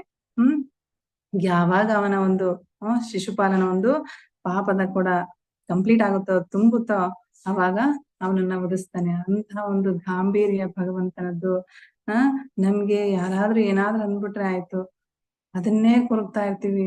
ಅವ್ರಿಗೆ ತಿರುಗಿಸಿ ಹೇಳಕ್ ಆಗ್ಲಿಲ್ಲ ಅಂತಂದ್ರು ನಮ್ ಮನಸ್ಸಲ್ಲಿ ಅದನ್ನ ನೋವು ಪಡ್ತಾ ಇರ್ತೀವಿ ಅಲ್ವಾ. ಇಲ್ಲಿ ಭಗವಂತ ಅಲ್ಲಿ ಆ ಸಭೆಯಲ್ಲಿ ಇಡೀ ಪ್ರಪಂಚದ ಒಂದು ರಾಜರುಗಳೆಲ್ಲರೂ ಸಹ ಸಭೆಯಲ್ಲಿದ್ರು. ಅಂತ ಒಂದು ಸಭೆಯಲ್ಲಿ ಅಷ್ಟು ಜನ ಇದ್ರು. ಆದ್ರೂ ಸಹ ಅಲ್ಲಿ ಭಗವಂತ ಯಾವುದೇ ರೀತಿಯಾಗಿ ಅವನಷ್ಟು ಬೈತಾ ಇದ್ರು ಸಹ ಸುಮ್ನೆ ಕೂತಿದ್ದ. ಅಂತ ಒಂದು ಗಾಂಭೀರ್ಯ ಭಗವಂತನದ್ದು. ಈ ರೀತಿಯಾದಂತ ಒಂದು ಲೀಲೆಗಳನ್ನ ನಾವು ನಿತ್ಯ ಸ್ಮರಿಸ್ತಾ ಇರ್ಬೇಕು. ಆಮೇಲೆ ಒಂದು ಔದಾರ್ಯ, ಅವನ ಒಂದು ಔದಾರ್ಯ ಹೇಗಿದೆ ಅಂತಂದ್ರೆ ಭಗವಂತನ ಔದಾರ್ಯದ ಪ್ರತೀಕ ಅಂತಂದ್ರೆ ಏನಂದ್ರೆ ಭಕ್ತರ ಬಗ್ಗೆ ಎಷ್ಟು ಔದಾರ್ಯ ಹೊಂದಿದ್ದಾನೆ ಅಂತಂದ್ರೆ ಕರುಣೆಯ ಒಂದು ನೆಕ್ಸ್ಟ್ ಸ್ಟೆಪ್ಪೇ ಈ ಔದಾರ್ಯ. ಈ ಔದಾರ್ಯ ಒಂದು ಲೀಲೆ ಅಂತಂದ್ರೆ ನಮಗೆ ಈ ಕಲಿಯುಗದಲ್ಲಿ ಚೈತನ್ಯ ಮಹಾಪ್ರಭುಗಳಾಗಿ ಸಾಕ್ಷಾತ್ ಭಗವಂತ ಕೃಷ್ಣ ಬಂದಿದ್ದಾನೆ ಔದಾರ್ಯ ರೂಪದಲ್ಲಿ, ಎಲ್ಲರನ್ನು ಸಹ ಉದ್ಧಾರ ಮಾಡ್ಲಿಕ್ಕೆ. ಜಗಾಯ್ ಮದಾಯ್ ಅದು ಎಲ್ಲರಿಗೂ ಗೊತ್ತಿದೆ ಆ ಸ್ಟೋರಿ. ಅವ್ರು ಈ ತಪ್ಪು ಮಾಡಿಲ್ಲ, ಬ್ರಾಹ್ಮಣರಾಗಿದ್ರು, ಇಂತ ಒಂದು ತಪ್ಪು ಮಾಡಿಲ್ಲ ಅನ್ನೋ ಹಾಗಿಲ್ಲ. ಅಂತವ್ರಿಗೂ ಸಹ ಚೈತನ್ಯ ಮಹಾಪ್ರಭುಗಳು ಕ್ಷಮಿಸಿ ಎಲ್ಲರನ್ನು ಸಹ, ಎಲ್ಲಾ ಬದ್ಧ ಜೀವಿಗಳನ್ನು ಸಹ ಉದ್ಧಾರ ಮಾಡ್ಲಿಕ್ಕೆ ಬಂದಿದ್ದಾರೆ. ನಮೋ ಮಹಾವದನ್ಯಾಯ ಕೃಷ್ಣ ಪ್ರೇಮ ಪ್ರದಾಯತೆ ಕೃಷ್ಣಾಯ ಕೃಷ್ಣ ಚೈತನ್ಯ ನಾಮ್ನೇ ಗೌರವದ್ವೇಷೇ ನಮಃ. ಅಂತ ಒಂದು ಔದಾರ್ಯವಾದಂತಹ ಭಗವಂತನದ್ದು ಅಂತ ಔದಾರ್ಯ ಲೀಲೆಗಳನ್ನು ನಾವು ನಿರಂತರವಾಗಿ ಸ್ಮರಿಸ್ತಾ ಇರಬೇಕು. ಆಮೇಲೆ ವಾತ್ಸಲ್ಯ, ಅವನ ವಾತ್ಸಲ್ಯ ಎಷ್ಟು ಇದೆ ಅಂತಂದ್ರೆ ಅವನ ವಾತ್ಸಲ್ಯ ಭಾವ ಅಂತಂದ್ರೆ ಭಕ್ತರ ಬಗ್ಗೆ ನಾವು ಪ್ರಾರಂಭದಲ್ಲಿ ಭಗವದ್ಗೀತೆಯಲ್ಲಿ ಪ್ರಾರಂಭದಲ್ಲೇ ನೋಡ್ಬೋದು ಅವನ ವಾತ್ಸಲ್ಯ ಎಂತದ್ದು ಅಂತ. ಏನಂತಂದ್ರೆ ನೋಡ್ರಿ, ಅರ್ಜುನನಿಗೆ ರಥಸಾರಥಿ ಆಗಿದ್ದಾನೆ. ಅವನಿಗೆ ಏನ್ ಬೇಕಾಗಿದೆ, ಏನ್ ಅವಶ್ಯಕತೆ ಇದೆ ರಥದ ಸಾರಥಿ ಆಗ್ಬೇಕು ಅಂತ. ನೋಡ್ರಿ, ಭಕ್ತರ ಬಗ್ಗೆ ಅವನು ಅಷ್ಟೊಂದು ವಾತ್ಸಲ್ಯದಿಂದ ಇರ್ತಾನೆ. ರಾಜಸು ಯಾಗದಲ್ಲಿ ಧರ್ಮರಾಯ ಎಲ್ಲರಿಗಿಂತ ನೀನು ಶ್ರೇಷ್ಠ ಅಂತ ಅಂದ್ಬಿಟ್ಟು ಅಗ್ರ ತಾಂಬೂಲವನ್ನು ಕೊಟ್ಟು ಅಲ್ಲಿ ಪೂಜೆಯನ್ನು ಮಾಡ್ತಾನೆ ಧರ್ಮರಾಯ. ಮತ್ತೆ ನೆಕ್ಸ್ಟ್ ಕ್ಷಣದಲ್ಲೇ ಅರ್ಜುನನಿಗೆ ಸಾರಥಿ ಆಗ್ತಾನೆ. ಇದೆಲ್ಲ ಭಗವಂತ ಭಕ್ತರಿಗೆ ಮಾಡುವಂತ ಒಂದು ವಾತ್ಸಲ್ಯ ಅಂತ ಇಲ್ಲಿ ನಾವು ತಿಳ್ಕೊಬಹುದು. ಏನ್ ಅವಶ್ಯಕತೆ ಇದೆ ಅಲ್ವಾ ರಥದ ಸಾರಥಿ ಆಗ್ಬೇಕು ಅಂತ. ಭಕ್ತರಂತಂದ್ರೆ ಭಗವಂತನಿಗೆ ಅಷ್ಟು ಪ್ರೀತಿ. ಆ ಪ್ರೀತಿ ವಾತ್ಸಲ್ಯ ನಿರಂತರವಾಗಿ ಭಗವಂತ ಭಕ್ತರ ಬಗ್ಗೆನೇ ಯೋಚಿಸ್ತಾ ಇರ್ತಾನಂತೆ. ಇಲ್ಲಿ ಮತ್ತೆ ಇನ್ನೊಂದು ಕುರುಕ್ಷೇತ್ರ ಒಂದು ಯುದ್ಧದಲ್ಲಿ ಭೀಷ್ಮ ಪಿತಾಮಹರ ಬಗ್ಗೆ ಹೇಳ್ಬೋದು. ಏನಂತಂದ್ರೆ ಭಕ್ತರ ಬಗ್ಗೆ ಯಾವ ರೀತಿಯಾಗಿ ವಾತ್ಸಲ್ಯ ಇದೆ ಅಂತಂದ್ರೆ, ಒಮ್ಮೆ ಏನಾಗುತ್ತಂದ್ರೆ ದುರ್ಯೋಧನ್ಗೆ ತುಂಬಾ ಸಿಟ್ಟಾಗುತ್ತೆ ಭೀಷ್ಮರ ಮೇಲೆ. ಅದೇ ಕುರುಕ್ಷೇತ್ರ ಯುದ್ಧದಲ್ಲಿ ನೀನು ಅನ್ಕೊಂಡಿದ್ರೆ ಇಷ್ಟು ದಿನದಕ್ಕೆ ಎಲ್ಲ ಯುದ್ಧ ಮುಗಿಸ್ಬಿಡ್ಬೋದಿತ್ತು, ಆದ್ರೆ ನೀನು ಪಾಂಡವರ ಬಗ್ಗೆ ನೀನು ಪಕ್ಷಪಾತ ಮಾಡ್ತಿದ್ದಾರೆ. ಪಾಂಡವರಂತಂದ್ರೆ ನಿನ್ಗೆ ಇಷ್ಟ, ಸೊ ಹಾಗಾಗಿ ನೀನು ಈ ರೀತಿಯಾಗಿ ನೀನು ಯುದ್ಧ ಮಾಡೋದನ್ನ ಸರಿಯಾಗಿ ಮಾಡ್ತಾ ಇಲ್ಲ ನೀನು ಅಂತ ದುರ್ಯೋಧನ ಭೀಷ್ಮರನ್ನ ಅಲ್ಲಿ ಬಂದು ಹೇಳ್ತಾ ಇದ್ದಾರೆ. ಭೀಷ್ಮರ ಮೇಲೆ ಕೋಪ ಆಗ್ತಾ ಇದಾರೆ. ಅವಾಗ ಭೀಷ್ಮ ಹೇಳ್ತಾನೆ, ಇಲ್ಲ ಹಾಗೇನಿಲ್ಲ, ಆತರ ಏನಿಲ್ಲ ಅಂತ ಹೇಳಿದ್ರು ಅದನ್ನ ಇದು ದುರ್ಯೋಧನ ನಂಬೋದಿಲ್ಲ. ಆಯ್ತಪ್ಪ, ನಾನ್ ನಾಳೆ 5 ಜನ ಪಾಂಡವರನ್ನ ನಾನು ಸಂಹಾರ ಮಾಡ್ತೀನಿ ಅಂತ ನಾನು ಪ್ರತಿಜ್ಞೆ ಮಾಡ್ತೀನಿ ಅಂತ ಹೇಳ್ತಾರೆ. ಆಯ್ತು ಅಂತ ಅಂದ್ಬಿಟ್ಟು ಸರಿ ಪ್ರತಿಜ್ಞೆಯನ್ನು ಮಾಡಿದಾಗ ಅವಾಗ ದುರ್ಯೋಧನ್ಗೆ ಒಳಗೆ ಖುಷಿ ಆಗುತ್ತೆ. ಈ 5 ಬಾಣಗಳಿದಾವೆ ನನ್ನ ಹತ್ರ. ಭೀಷ್ಮರು ಹೇಳ್ತಾರೆ, ಇದು ನನ್ನ ಒಂದು ಇಡೀ ಜೀವಮಾನದ ಒಂದು ತಪಸ್ಸಿನ ಒಂದು ಶಕ್ತಿ 5 ಬಾಣಗಳಲ್ಲಿದೆ. ಸೊ ಇದರಿಂದ ನಾನು ಪಾಂಡವರನ್ನ ಸಾಯಿಸ್ತೇನೆ ಅಂತ ಹೇಳ್ತಾರೆ. ಅವಾಗ ಹೇಳ್ತಾರೆ, ದುರ್ಯೋಧನ ಹೇಳ್ತಾರೆ, ನಿನ್ ಮೇಲೆ ನಾನ್ ನಂಬಿಕೆ ಇಲ್ಲ, ಆ ಬಾಣಗಳನ್ನ ಕೊಟ್ಬಿಡು, ನಾನ್ ನನ್ನ ಹತ್ರ ಇಟ್ಕೊಂತೀನಿ, ನಾನ್ ನಿಮ್ಗೆ ಬೆಳಿಗ್ಗೆ ಕೊಡ್ತೀನಿ ಅಂತ ಹೇಳ್ತಾರೆ. ಆಯ್ತಪ್ಪ ತಗೋ ಅಂತ ಹೇಳ್ತಾರೆ. ಆಮೇಲೆ ದುರ್ಯೋಧನ್ಗೆ ಹೋಗ್ತಾ ಹೇಳ್ತಾರೆ, ಆಮೇಲೆ ನಿನ್ನ ಪತ್ನಿಯನ್ನ ಕಳ್ಸು, ನಿನ್ನ ಹೆಂಡತಿಯನ್ನ ಕಳ್ಸು, ನಾನು ಆಶೀರ್ವಾದ ಮಾಡ್ತೀನಿ, ದೀರ್ಘ ಸುಮಂಗಲಿಯಾಗಿರು ಅಂತ ಅಂದ್ಬಿಟ್ಟು ಹೇಳ್ತಾರೆ. ಆಯ್ತು ಅಂತ ಹೇಳ್ಬಿಟ್ಟು ಹೋಗ್ತಾರೆ. ಈ ವಿಷಯ ಯಾರಿಗೂ ಗೊತ್ತಾಗುತ್ತೆ? ಕೃಷ್ಣನಿಗೂ ಗೊತ್ತಾಗುತ್ತೆ. ನಾಳೆ ಪಾಂಡವರ ಒಂದು ಸಂಹಾರ ಮಾಡ್ತೀನಿ ಅಂತ ಅಂದ್ಬಿಟ್ಟು ಭೀಷ್ಮರು ಇದು ಶಪಥವನ್ನು ಮಾಡ್ಬಿಟ್ಟಿದ್ದಾರೆ ಅಂತ ಅಂದ್ಬಿಟ್ಟು ಗೊತ್ತಾಗಿ ತಕ್ಷಣ ದ್ರೌಪದಿ ಹತ್ರ ಹೋಗ್ತಾರೆ. ದ್ರೌಪದಿ ಹತ್ರ ಹೋಗ್ಬಿಟ್ಟು, ಬಾಮ್ಮ ಇಲ್ಲಿ ಭೀಷ್ಮರ ಹತ್ರ ಹೋಗೋಣ ಅಂತ ಅಂದ್ಬಿಟ್ಟು ಕರ್ಕೊಂಡು, ಎಲ್ಲಿಗೆ ಅಂತಂದ್ರೆ, ಬಾ ನೀನ್ ನನ್ನಿಂದ ಸುಮ್ನೆ ಬಾ ಅಂತ ಅಂದ್ಬಿಟ್ಟು ಕರ್ಕೊಂಡು ಹೋಗ್ತಾರೆ. ಅವಾಗ ಅಲ್ಲಿ ಟೆಂಟ್ ಗಳನ್ನ ಹಾಕಿರ್ತಾರೆ. ಅಲ್ಲಿ ಭೀಷ್ಮರ ಒಂದು ಟೆಂಟ್ ಹತ್ರ ಬರ್ತಾರೆ. ಹೋಗ್ಬೇಕಾದ್ರೆ ಆ ಸ್ಲಿಪ್ಪರ್ ಸೌಂಡ್ ಹಾಕ್ತಾ ಇರುತ್ತೆ, ಚಪ್ಪಲಿ ಸೌಂಡ್ ಹಾಕ್ಬೇಕಾದ್ರೆ ಅಲ್ಲಿ ದ್ರೌಪದಿಗೆ ಹೇಳ್ತಾರೆ ಕೃಷ್ಣ, ಚಪ್ಪಲಿಗಳನ್ನ ಬಿಡು, ಪಾದರಕ್ಷೆಗಳನ್ನ ಬಿಡು ಅಂತ. ಯಾಕಂದ್ರೆ ಸೌಂಡ್ ಆಗ್ತಾ ಇದೆ ಅದಕ್ಕೆ ಅಂತ. ಆ ಚಪ್ಪಲಿಗಳನ್ನ ಬಿಟ್ಟ ಮೇಲೆ ಅದನ್ನ ಕೈಯಲ್ಲಿ ಇಟ್ಕೊಂತಾನೆ ಭಗವಂತ. ನೋಡಿ ಎಂಥ ಒಂದು ಕರುಣೆ, ಎಂಥ ಒಂದು ವಾತ್ಸಲ್ಯ ಭಗವಂತಂದು. ಚಪ್ಪಲಿಗಳನ್ನ ಕೈಯಲ್ಲಿ ಇಟ್ಕೊಂಡು ನೀನು ಒಳಗೋಗು, ಅಲ್ಲಿ ಭೀಷ್ಮರು ಒಂದು ಪೂಜೆಯನ್ನು ಮಾಡ್ತಾ ಇದ್ರೆ, ಅವ್ರ ಹತ್ರ ಒಂದು ಆಶೀರ್ವಾದವನ್ನ ತಗೋ ಅಂತ ಹೇಳ್ತಾರೆ. ನಾನು ಇಲ್ಲೇ ಹೊರಗೆ ಇರ್ತೀನಿ ಅಂತ ಚಪ್ಪಲಿಯನ್ನು ಇಟ್ಕೊಂಡು ಹೊರಗಿರ್ತಾರೆ.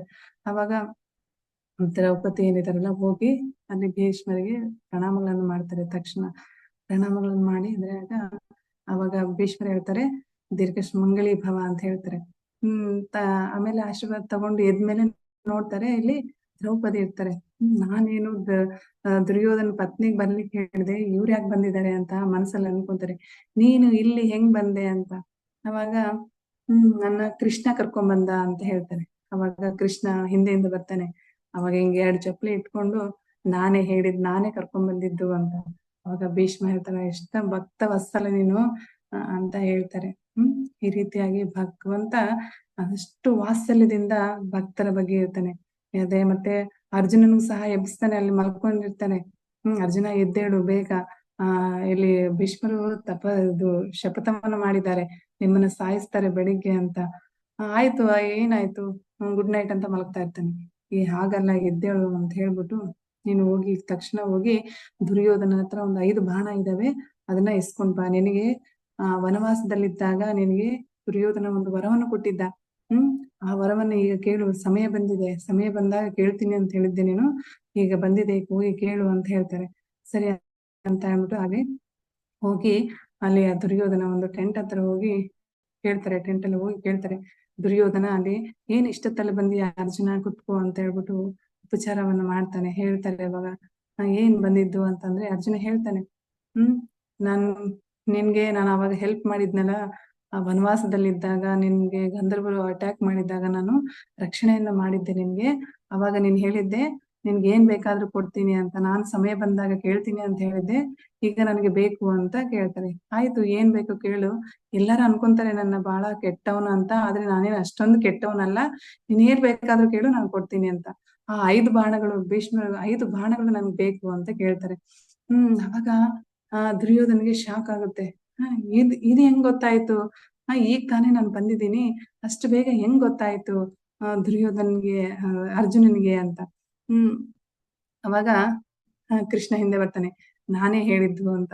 ಅವಾಗ ಆ ಒಂದು ಕ್ಷಣದಲ್ಲಿ ದುರ್ಯೋಧನ ಇಡೀ ಒಂದು ಕುರುಕ್ಷೇತ್ರ ಯುದ್ಧದಲ್ಲಿ ಮನಸ್ಸಲ್ಲಿ ಅನ್ಕೊಂತಾನಂತೆ, ಎಲ್ಲಾರು ಹೇಳ್ತಾರೆ ಭಗವಂತ ಕೃಷ್ಣ ಅಂತ, ಮೇ ಬಿ ಇರ್ಬೋದೇನೋ, ಇಲ್ಲ ಅಂತಂದ್ರೆ ಎಲ್ಲದಕ್ಕೂ ಮುಂಚೆ ಹೆಂಗೆ ಗೊತ್ತಾಗ್ತಾ ಇದೆ ಈ ವಿಷಯಗಳೆಲ್ಲವೂ ಸಹ ಅಂತ. ಈ ರೀತಿಯಾಗಿ ಭಗವಂತ ಭಕ್ತ ವತ್ಸಲ, ವಾತ್ಸಲ್ಯ, ಎಂತ ಒಂದು ವಾತ್ಸಲ್ಯ ತೋರಿಸ್ತಾ ಇದ್ದಾನೆ ಅಂತಂದ್ರೆ ಅದನ್ನ ನಾವು ಲೆಕ್ಕ ಹಾಕೊಳಕ್ಕೆ ಆಗೋದಿಲ್ಲ. ಅಂತ ಕರುಣಾಮಯಿ, ಅಂತ ವಾತ್ಸಲ್ಯದಿಂದ ಭಗವಂತ ಇರ್ತಾನೆ. ಆಮೇಲೆ ದ್ವಾರಕಾ ನಗರದಲ್ಲಿ ಎಷ್ಟೋ ರಾಣಿಯರಿದ್ದಾರೆ, ಅವ್ರಿಗೂ ಸಹ ಎಷ್ಟು ಭಕ್ತಿ ಇದೆ. ಅವರ ಒಂದು ಸೌಂದರ್ಯವನ್ನು ನೋಡಿ ಭಗವಂತ ಅಲ್ಲಿ ಅವ್ರನ್ನ ಮೋಹಿಸಿಲ್ಲ, ಅವ್ರನ್ನ ಇಷ್ಟಪಟ್ಟಿಲ್ಲ. ಅವರ ಒಂದು ಭಕ್ತಿ, ಪ್ರೀತಿ, ಅವರ ಸೇವೆಯನ್ನು ನೋಡಿ ಭಗವಂತ ಅವರನ್ನ ಮದುವೆ ಆಗಿದ್ದಾನೆ.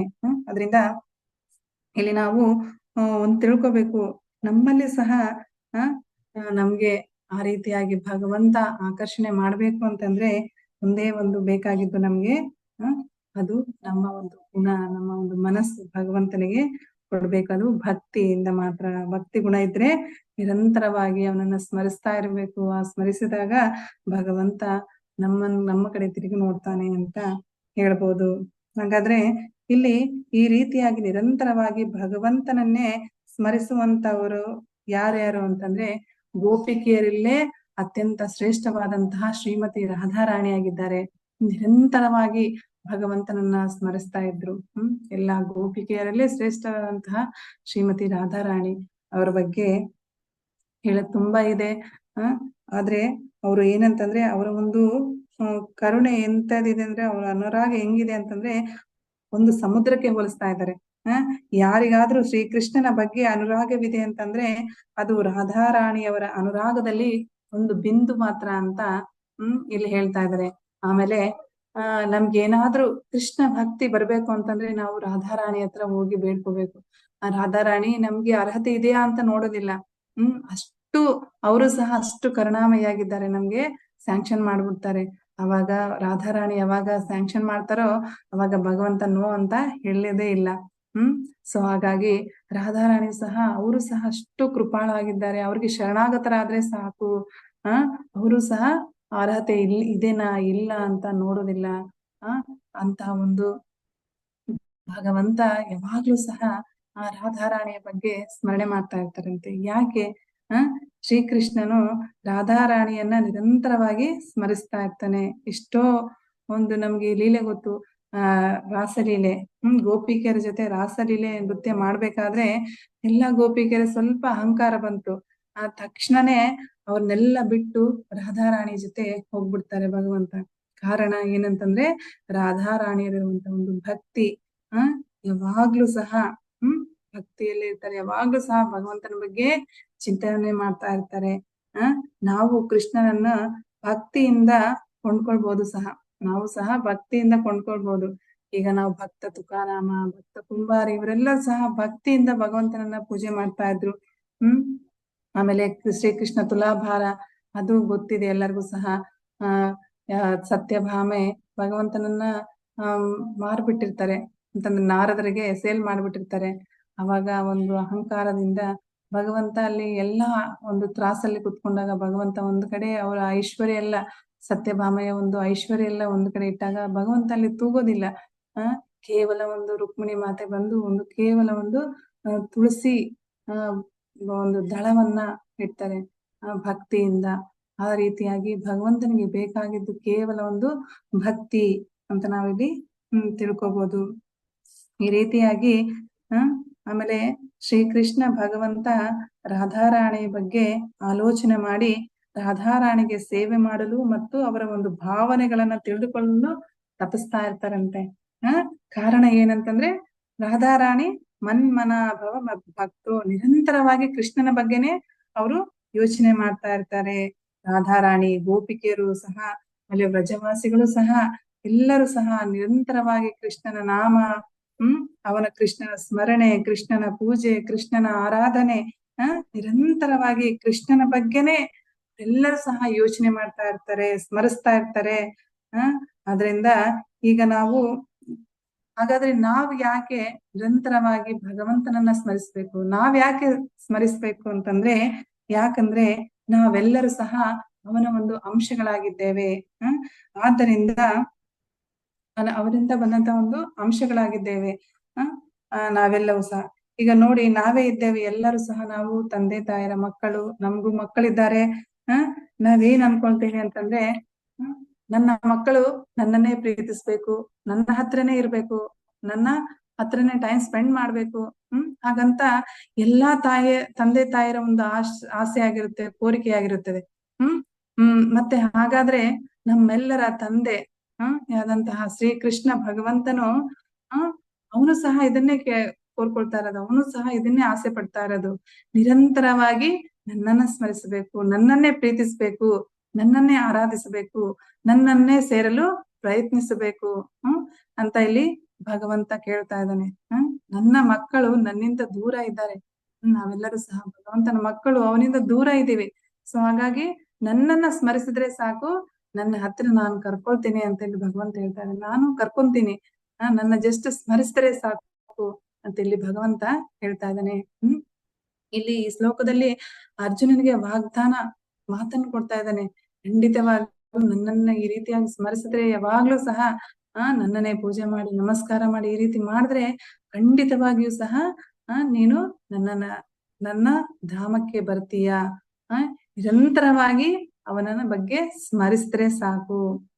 ಏನು ಕಷ್ಟಪಟ್ಟು ಅಷ್ಟಾಂಗ ಯೋಗ ಆಗಿರ್ಬೋದು, ಇಲ್ಲ ಕರ್ಮಯೋಗ, ಧ್ಯಾನ ಯೋಗ ಇವೆಲ್ಲವೂ ಸಹ ಮಾಡುವ ಒಂದು ಅವಶ್ಯಕತೆ ಇಲ್ಲ. ಕೇವಲ ನಾವೇನ್ ಮಾಡ್ಬೇಕು, ಭಗವಂತನನ್ನ ಸ್ಮರಿಸ್ಬೇಕಷ್ಟೇ. ಅಷ್ಟು ಮಾಡಿದ್ರೆ ಸಾಕು.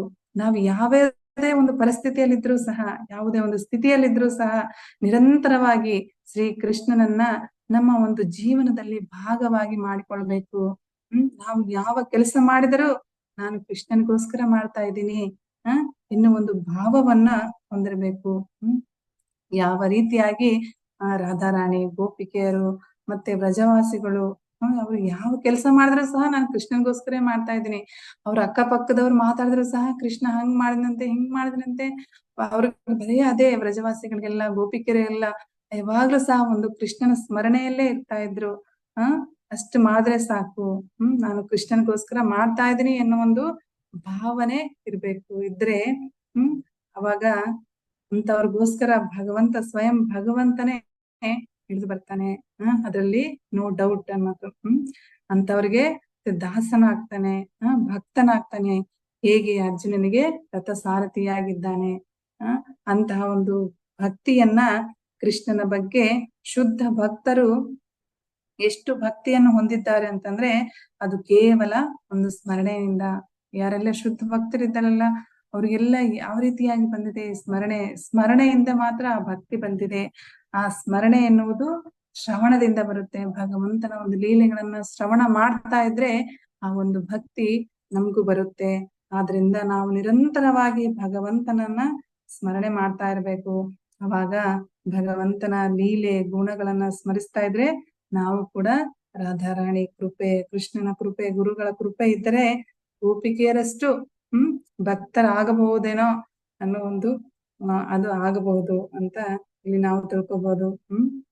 ಯಾವಾಗ ಅವನ ಭಕ್ತರಾಗ್ತೀವೋ, ಅವನ ಸೇವೆಯನ್ನು ಮಾಡ್ತೀವೋ, ನಿರಂತರವಾಗಿ ಸ್ಮರಿಸ್ತೇವೋ ಆಗ ತಪ್ಪದೆ ಭಗವದ್ಧಾಮಕ್ಕೆ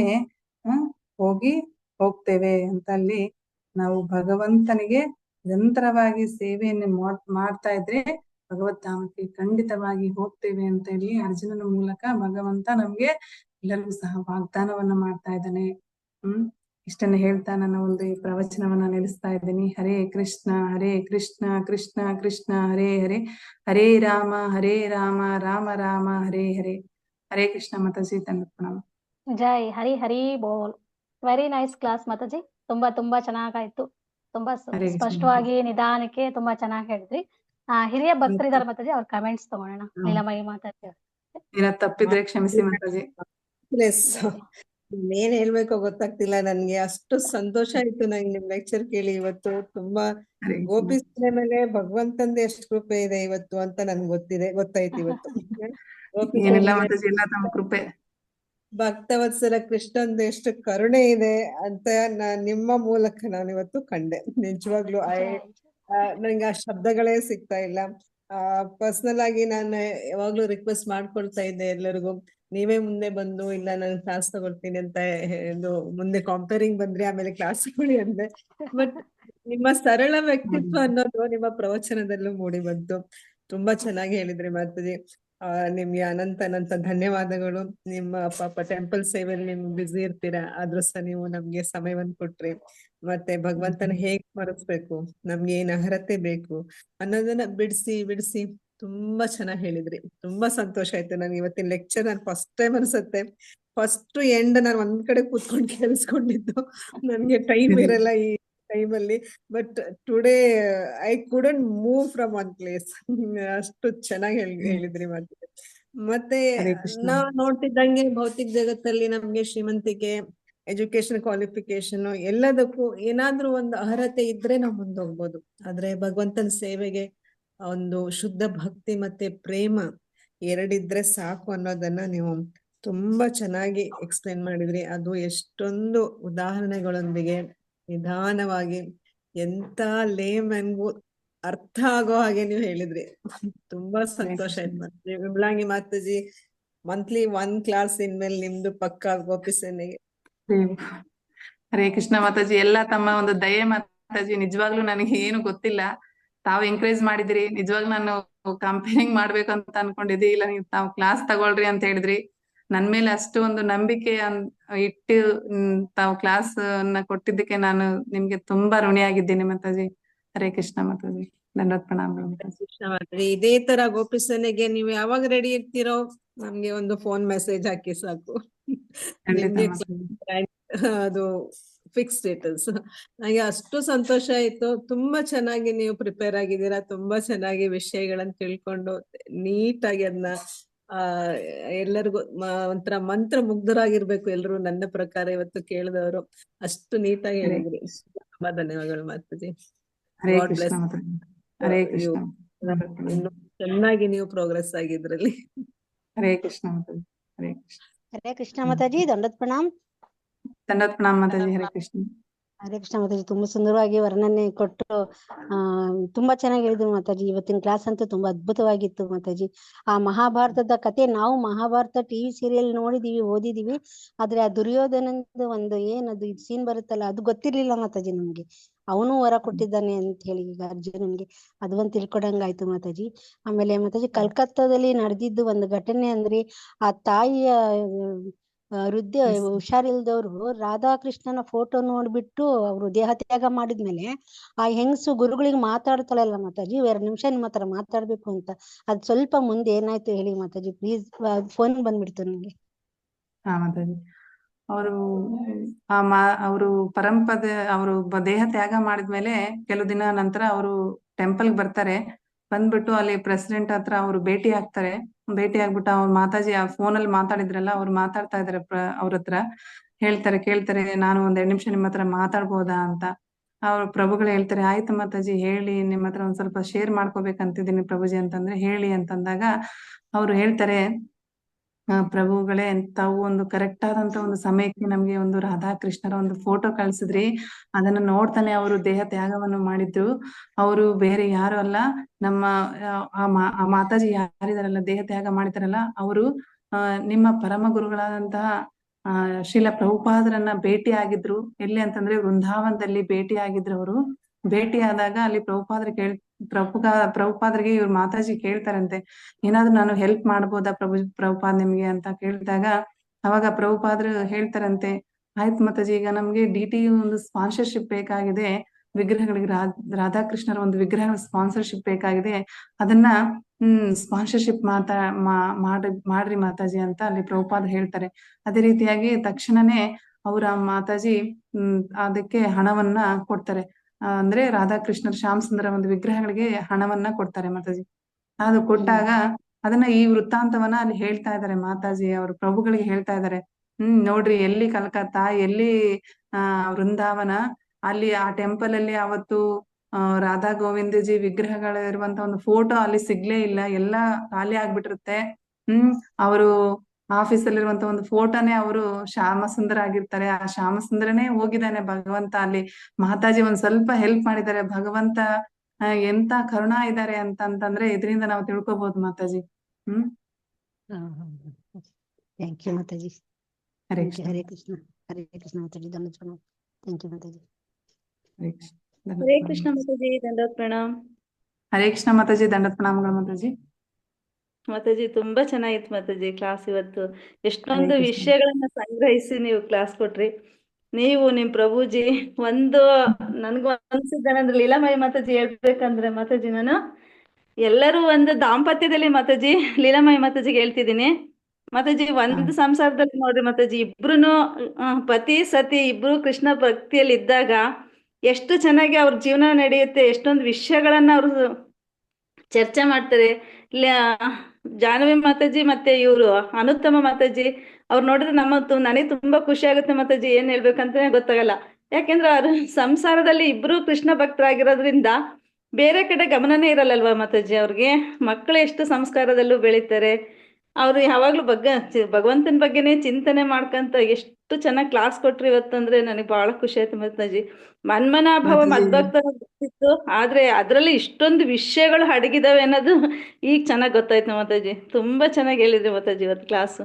ನಿಮ್ಮ ಮಾತಾಜಿ ದಾಂಪತ್ಯ ಎಲ್ಲ ಜೀವನ ಹಾ ನಿಮ್ಮ ಮಾತಾಜಿ ದಾಂಪತ್ಯ ಜೀವನ ಕೃಷ್ಣ ಪ್ರಜ್ಞೆಯಲ್ಲಿ ಯಾವಾಗ್ಲೂ ಇರ್ಲಿ ಮಾತಾಜಿ. ನಿಮ್ದು ಅಂತಮ ಹರೇ ಕೃಷ್ಣ ವಲಸಿನದ್ದು ಎಲ್ಲ ಗೃಹಸ್ಥರು ಏನಿದಾರೋ ಎಲ್ಲರೂ ಇದೇ ತರ ಇರ್ಬೇಕಂತ ನನಗೆ ತುಂಬಾ ಇಷ್ಟ ಆಗ್ತಿದೆ ಮಾತಾಜಿ. ಎಲ್ಲರಿಗೂ ಹಾರೈಸ್ತೀನಿ ಮಾತಾಜಿ ನಾನು ಖಂಡಿತ. ಹರೇ ಕೃಷ್ಣ ಮಾತಾಜಿ. ಎಲ್ಲಾನು ಸಹ ಪ್ರಭುಪಾದರ ಒಂದು ಕೃಪೆ, ಗುರು ಮಹಾರಾಜರ ಒಂದು ಕೃಪೆಯಿಂದ ನಾವೆಲ್ಲರೂ ಸಹ ಮಾಡ್ತಾ ಇದೀವಿ ಮಾತಾಜಿ. ನಾವು ಅಂತ ಏನ್ ಮಾಡ್ತಾ ಇಲ್ಲ ಮಾತಾಜಿ, ಗುರುಗಳು ನಮ್ಮ ಶ್ರೀಲ ಜಯಪತಾಕ ಸ್ವಾಮಿ ಮಹಾರಾಜರು ಅದೆಲ್ಲ ನಡೆಸ್ತಾ ಇದ್ದಾರೆ, ಪ್ರಭುಪಾದರು ನಡೆಸ್ತಾ ಇದ್ದಾರೆ ಮಾತಾಜಿ. ಅಷ್ಟನ್ನ ಮಾತ್ರ ಅವರು ಹೇಳಿದಾರೆ ಮಾತಾಜಿ. ಎಲ್ಲ ರೆಡಿ ಇದೆ ಮಾತಾಜಿ. ಅದಕ್ಕೇನು ಹೇಳುವಂತದ್ದು ಏನಿಲ್ಲ, ಅದನ್ನ ನಾವು ರಿಪೀಟ್ ಮಾಡ್ತಿದೀವಿ ಅಷ್ಟೇ ಮಾತಾಜಿ. ಹರೇ ಕೃಷ್ಣ ಮಾತಾಜಿ. ತಮ್ಮ ಒಂದು ಶ್ರದ್ಧೆ ಇದಕ್ಕೆ ಇರುತ್ತಲ್ಲ ಮಾತಾಜಿ. ಧನ್ಯವಾದಗಳು ಮಾತಾಜಿ. ಧನ್ಯವಾದಗಳು ಮಾತಾಜಿ. ಹರೇ ಕೃಷ್ಣ. ಹರೇ ಕೃಷ್ಣ ಮಾತಾಜಿ. ಹರೇ ಕೃಷ್ಣ ಮಾತಾಜಿ. ಮಾತಾಜಿ ಕ್ಲಾಸ್ ತುಂಬಾ ಚೆನ್ನಾಗಿತ್ತು ಮಾತಾಜಿ. ಹರೇ ಕೃಷ್ಣ ಮಾತಾಜಿ. ಥ್ಯಾಂಕ್ ಯು ಮಾತಾಜಿ ಕ್ಲಾಸ್ ಮಾತಾಜಿ. ತುಂಬಾ ಚೆನ್ನಾಗಿತ್ತು ಮಾತಾಜಿ. ಒನ್ಸ್ ಮೋರ್ ಕೊಡಿ ಮಾತಾಜಿ ನೀವು ವೀಕ್ಲಿ ಒನ್ಸ್. ಹರೇ ಕೃಷ್ಣ ಮಾತಾಜಿ. ಎಲ್ಲ ವೈಷ್ಣವರ ಕೃಪೆ ಮಾತಾಜಿ.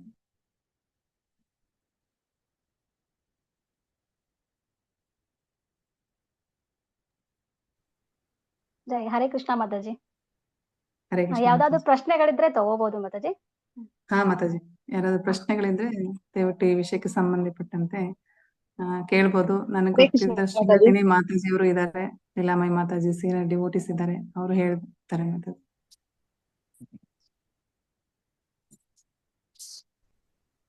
ಹರೇ ಕೃಷ್ಣ ಮಾತಾಜಿ. ಹರೇ ಕೃಷ್ಣ ಹರೇ ಮಾತಾಜಿ. ಕೃಷ್ಣ ಮಾತಾಜಿ. ದಂಡತ್ ಪ್ರಣಾಮ್ ಮಾತಾಜಿ. ಹರೇ ಕೃಷ್ಣ.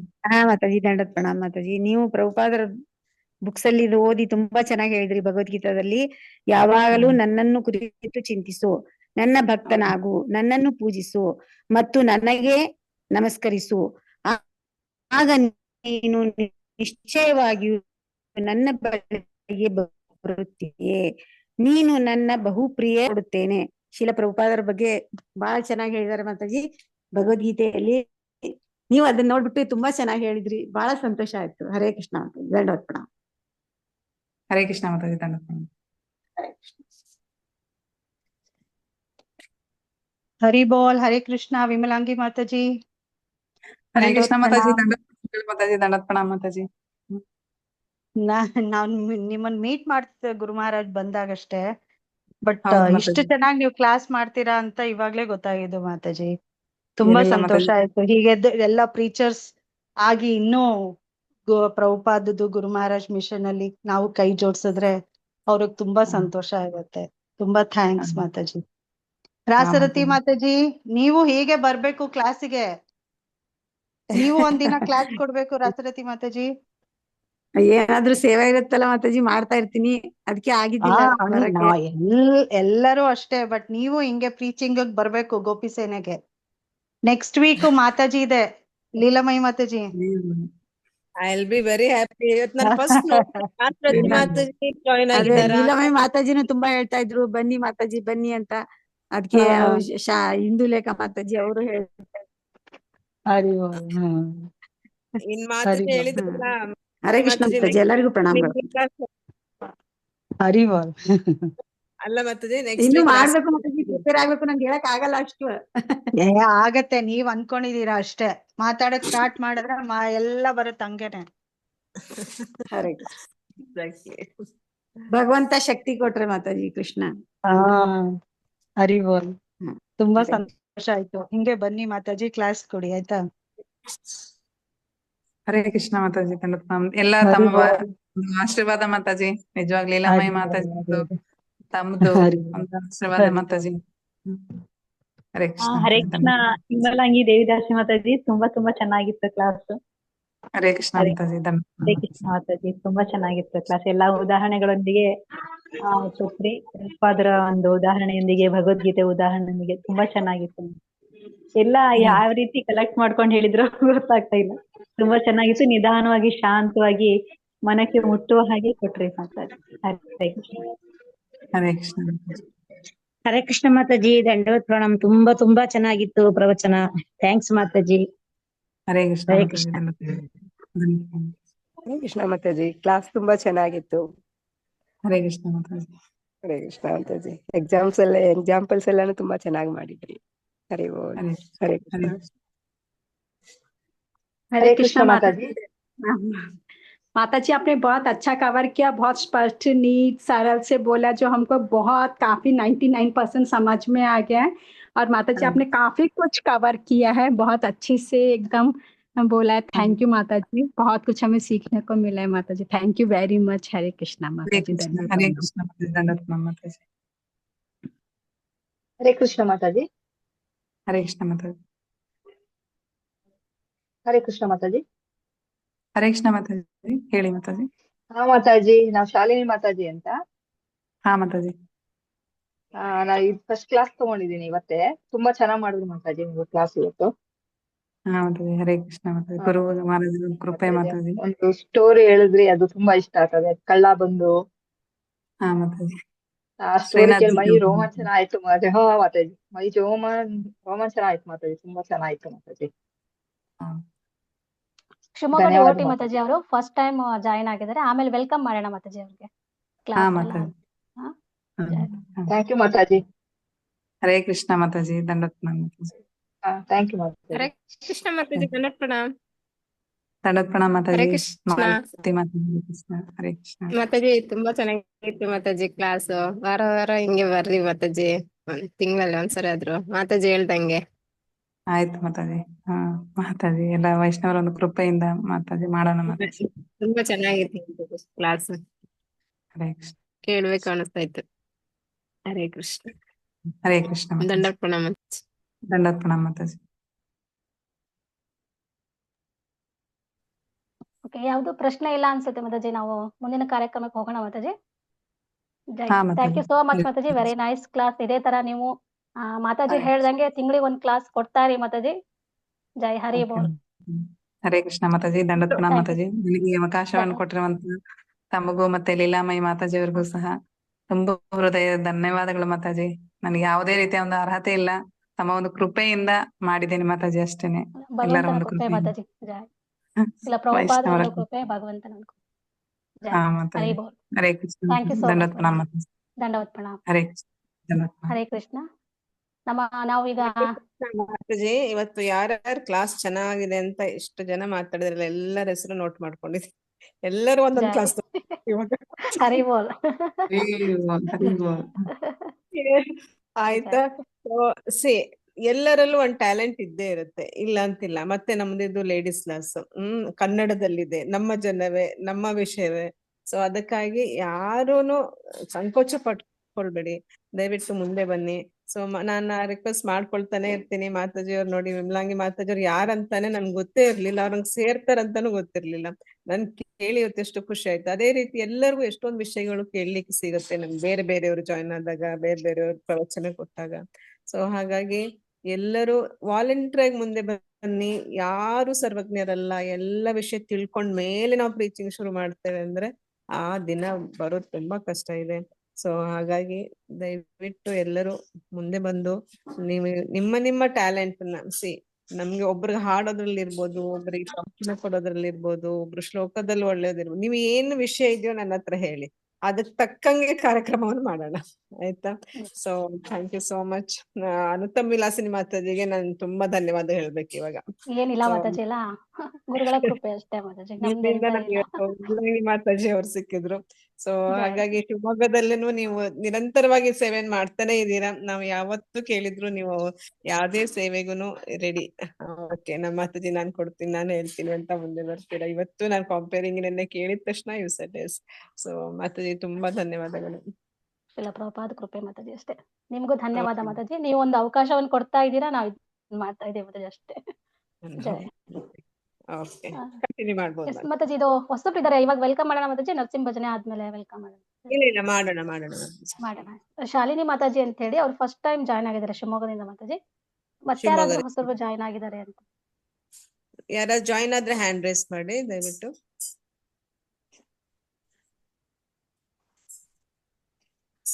ಅವರೊಬ್ಬರೇ ಅನ್ಸುತ್ತೆ ಮಾತಾಜಿ. ಅವರಿಗೆ ಒಂದ್ಸರಿ ಹರೇ ಕೃಷ್ಣ ಮಹಾಮಂತ್ರ ಹೇಳೋದ್ರ ಮುಖಾಂತರ ನಾವು ಸ್ವಾಗತವನ್ನ ಬಯಸೋಣ ಮಾತಾಜಿ.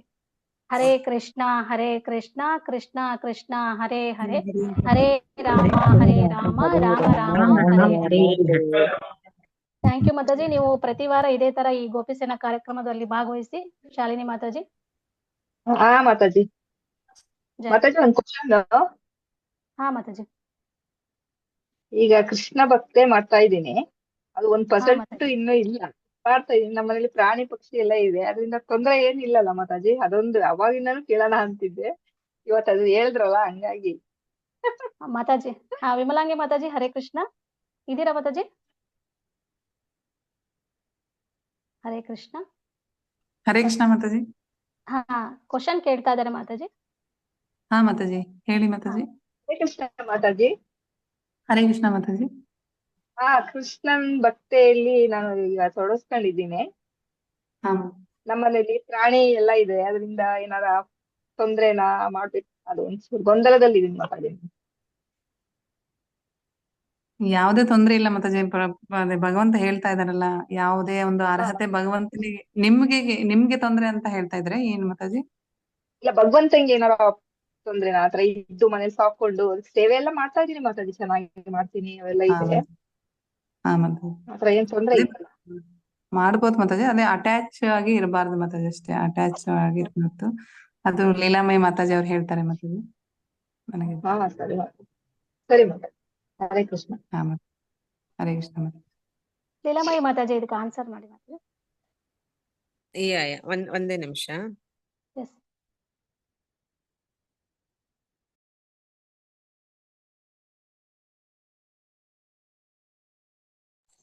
ಹರೇ ಕೃಷ್ಣ. ಓಕೆ, ಇಲ್ಲಿ ತುಂಬಾ ಶಬ್ದ ಇತ್ತು, ಅದಕ್ಕೆ 2 minutes ತಗೊಂಡೆ. ಮಾತಾಜಿ ಹೇಳೋ ಹಾಗೆ ಪ್ರಾಣಿ ಪಕ್ಷಿಗಳು ಇದ್ದಾವೆ, ನಾನು ಭಕ್ತಿನ್ ಮಾಡಬಹುದಾ ಅಥವಾ ನನ್ನ ಭಕ್ತಿಗೆ ಇದರಿಂದ ಏನಾದ್ರು ತೊಂದ್ರೆ ಇದೆಯಾ ಅಂತ ಕೇಳಿದ್ದ, ಹೌದಲ್ವಾ ಮಾತಾಜಿ? ಹೌದು ಮಾತಾಜಿ. ಓಕೆ. ಪ್ರಾಣಿ ಪಕ್ಷಿ ನಾವು ಪ್ರಭುಪಾದ್ರು ಏನ್ ಹೇಳ್ತಾರಂದ್ರೆ, we should not be dog conscious, we should be God conscious ಅಂತ. ನಮ್ಮ ಹತ್ರ ಸಮಯ ತುಂಬಾ ಕಡಿಮೆ ಇದೆ, ಹಾಗಂತ ದಯೆ ಇರಬಾರ್ದು ಅಂತಿಲ್ಲ.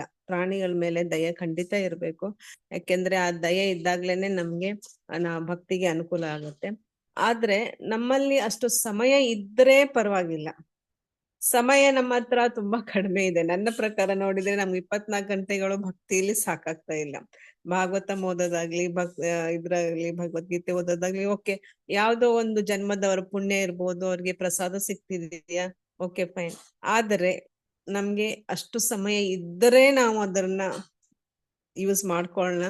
ಅದರ್ವೈಸ್ ನಾವು ಅದನ್ನೇ ಪ್ರೀತಿ ಮಾಡೋರಿದ್ದಾರೆ, ಅವ್ರಿಗೆ ಕೊಡೋದು ಒಳ್ಳೇದು ಅಂತ ನನ್ಗನ್ಸುತ್ತೆ. ಯಾಕೆಂದ್ರೆ ಸಮಯದ ಅಭಾವ ಇವತ್ತು ಭಕ್ತಿಯಲ್ಲಿ ತುಂಬಾ ಇದೆ. ಭಕ್ತಿಲಿ ಪ್ರಚಾರ ಮಾಡ್ಲಿಕ್ಕೂ ತುಂಬಾನೇ ಕೆಲ್ಸಗಳಿಗೆ ನಮ್ಗೆ ಸಮಯ ಬೇಕು. ಹಾಗಾಗಿ ನನ್ಗೆ ಅನಿಸಿದ ಪ್ರಕಾರ, ನನ್ನ ಒಂದು ಅನಿಸಿಕೆ ಏನಂತ ಹೇಳಿದ್ರೆ, ನಾವು ಸಮಯವನ್ನ ಕೃಷ್ಣ ಪ್ರಜ್ಞೆ ಕೊಡೋಣ. ಇದನ್ನ ಪ್ರೀತಿ ಮಾಡೋರು ಜನರಿಗೆ ಪಕ್ಷಿ ಮತ್ತೆ ಇದನ್ನ ಕೊಡ್ಬೋದು. ಯಾಕೆ ಸುಮ್ನೆ ಅವರನ್ನ ಬಂಧನದಲ್ಲಿ ಇಡೋದು ಪಕ್ಷಿಗಳನ್ನೆಲ್ಲ? ಅವ್ರಿಗೆ ಸ್ವತಂತ್ರ ಕೊಟ್ಟು ಅವ್ರಿಗೆ ಹಾರ್ಲಿಕ್ ಬಿಡೋಣ ಅಲ್ವಾ? ಅದು ಅವ್ರ ಧರ್ಮ, ನಾವು ಹಾರ್ಲಿಕ್ ಆಗೋದಿಲ್ಲ. ಅವರು ಹಾರ್ಕೊಂಡು ಅವರು ಸಂತೋಷವಾಗಿರ್ಲಿ. ನಾವು ಕೃಷ್ಣ ಪ್ರಜ್ಞೆಯಲ್ಲಿ ನಮ್ಮ ಇಂಟೆಲಿಜೆನ್ಸ್ ಲೆವೆಲ್ಗೂ ಪ್ರಾಣಿಗಳ ಇಂಟೆಲಿಜೆನ್ಸ್ ಲೆವೆಲ್ಗೂ ಡಿಫ್ರೆನ್ಸ್ ಇದೆ. ಅವ್ರು ಇದನ್ನ ಮಾಡ್ಲಿಕ್ಕೆ ಆಗೋದಿಲ್ಲ. ಹಾಗಾಗಿ ನಮ್ಗೆ ಮಾಡ್ಲಿಕ್ಕೆ ಬುದ್ಧಿ ಕೊಟ್ಟಾಗ ಎಷ್ಟೋ 84 ಕೋಟಿ ಲಕ್ಷ ಇದಾದ್ಮೇಲೆನೆ ನಮ್ಗೆ ಮನುಷ್ಯ ಜನ್ಮ ಸಿಕ್ಕಿದಂತ ದಾಸರ ಪದದಲ್ಲಿ ಇದೆ ಅಲ್ವಾ? ಸೊ ಹಾಗಾಗಿ ಇದನ್ನ ಕೃಷ್ಣ ಭಾವನಾಮೃತಕ್ಕೆ ಬಳಸ್ಕೊಳ್ಳೋಣ ಅಂತ ನನ್ಗನ್ಸುತ್ತೆ. ಹಾಗಂತ ನೀವು ಸಡನ್ಲಿ ಆ ಮಾತಾಜಿ ಹೇಳ್ದಂಗೆ ಇನ್ನೊಂದು ಅಟ್ಯಾಚ್ಮೆಂಟ್ ಬಂದ್ಬಿಟ್ರೆ ಭಾರಿ ಕಷ್ಟ ಆಗ್ಬಿಡುತ್ತೆ. ಆಮೇಲೆ ಪ್ರಾಣಿ ಪಕ್ಷಿಗಳು ಬೆಳೆಸಿದಾಗ ಅಟ್ಯಾಚ್ಮೆಂಟ್ ಬರುತ್ತೆ. ಅಟ್ಯಾಚ್ಮೆಂಟ್ ಬಂದಾಗ ಮಹಾರಾಜರ ಕಥೆಯಲ್ಲಿ ನಾವು ನೋಡಿದ್ವಿ, ಜಿಂಕೆಯ ಒಂದು ಅಟ್ಯಾಚ್ಮೆಂಟ್ ಇಂದ ಅವ್ರಿಗೆ ಯಾವ ರೀತಿ ಜನ್ಮ ತಗೊಳ್ಬೇಕಾಯ್ತು, ಹೇಗ್ ಕಷ್ಟ ಆಯ್ತು ಅಂತ ಹೇಳಿ. ಹಾಗಾಗಿ ಈ ಅಟ್ಯಾಚ್ಮೆಂಟ್ ನಾವು ಭಗವಂತನಲ್ಲಿ ಬೆಳೆಸ್ಕೊಳ್ಳೋಣ ಅಂತ ನನ್ಗನ್ಸುತ್ತೆ Mataji. Subhashini Mataji, anything you want to add, you can add Mataji.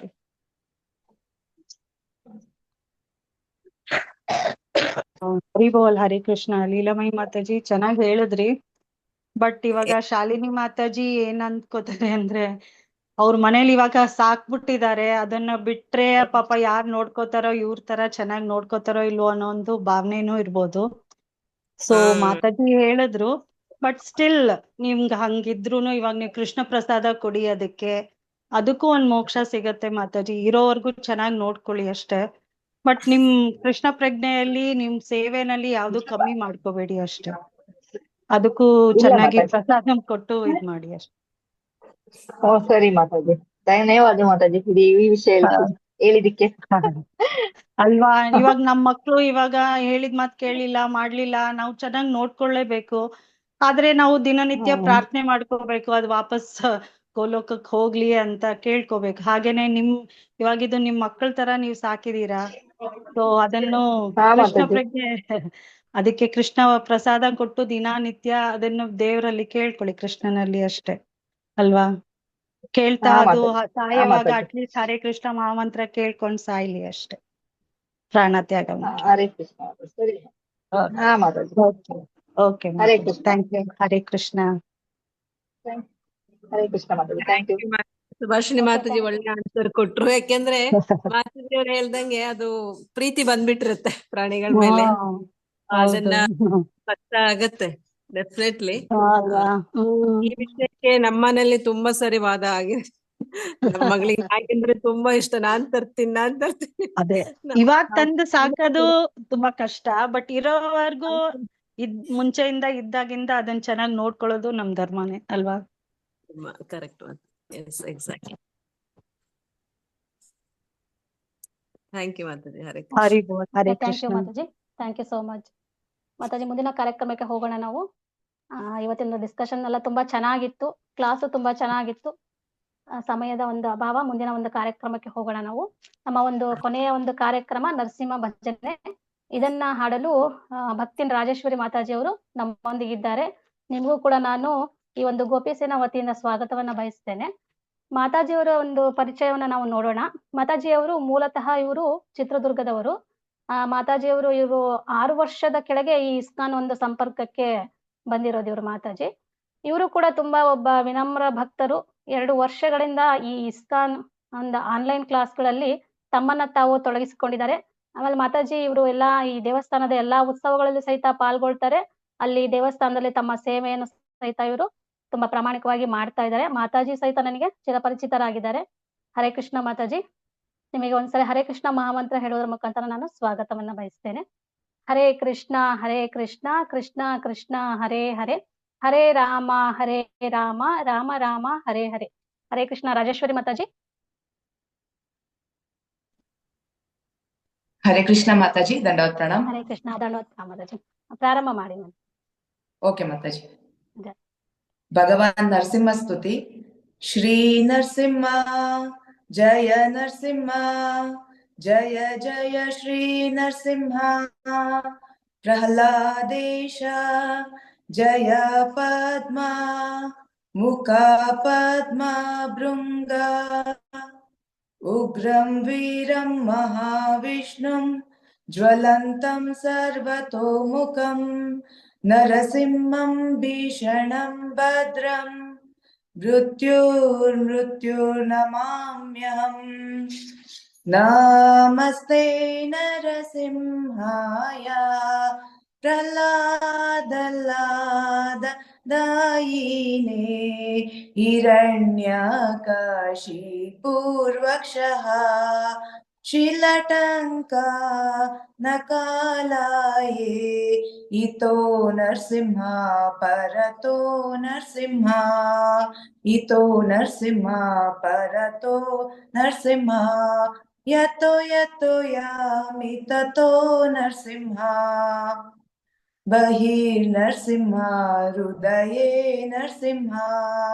ನರಸಿಂಹಮದಿಂ ಶರಣಂ ಪ್ರಪದ್ಯೆ, ತವ ಕರಕಮಲವರೇ. ನಾಕಾಂ ಅದ್ಭುತ ಶೃಂಗ ದಲಿತ ಹಿರಣ್ಯಕಶಿಪು ತನು ಭೃಂಗ. ಕೇಶವಧೃತ ನರಹರಿ ರೂಪ, ಜಯ ಜಗದೀಶ ಹರೇ.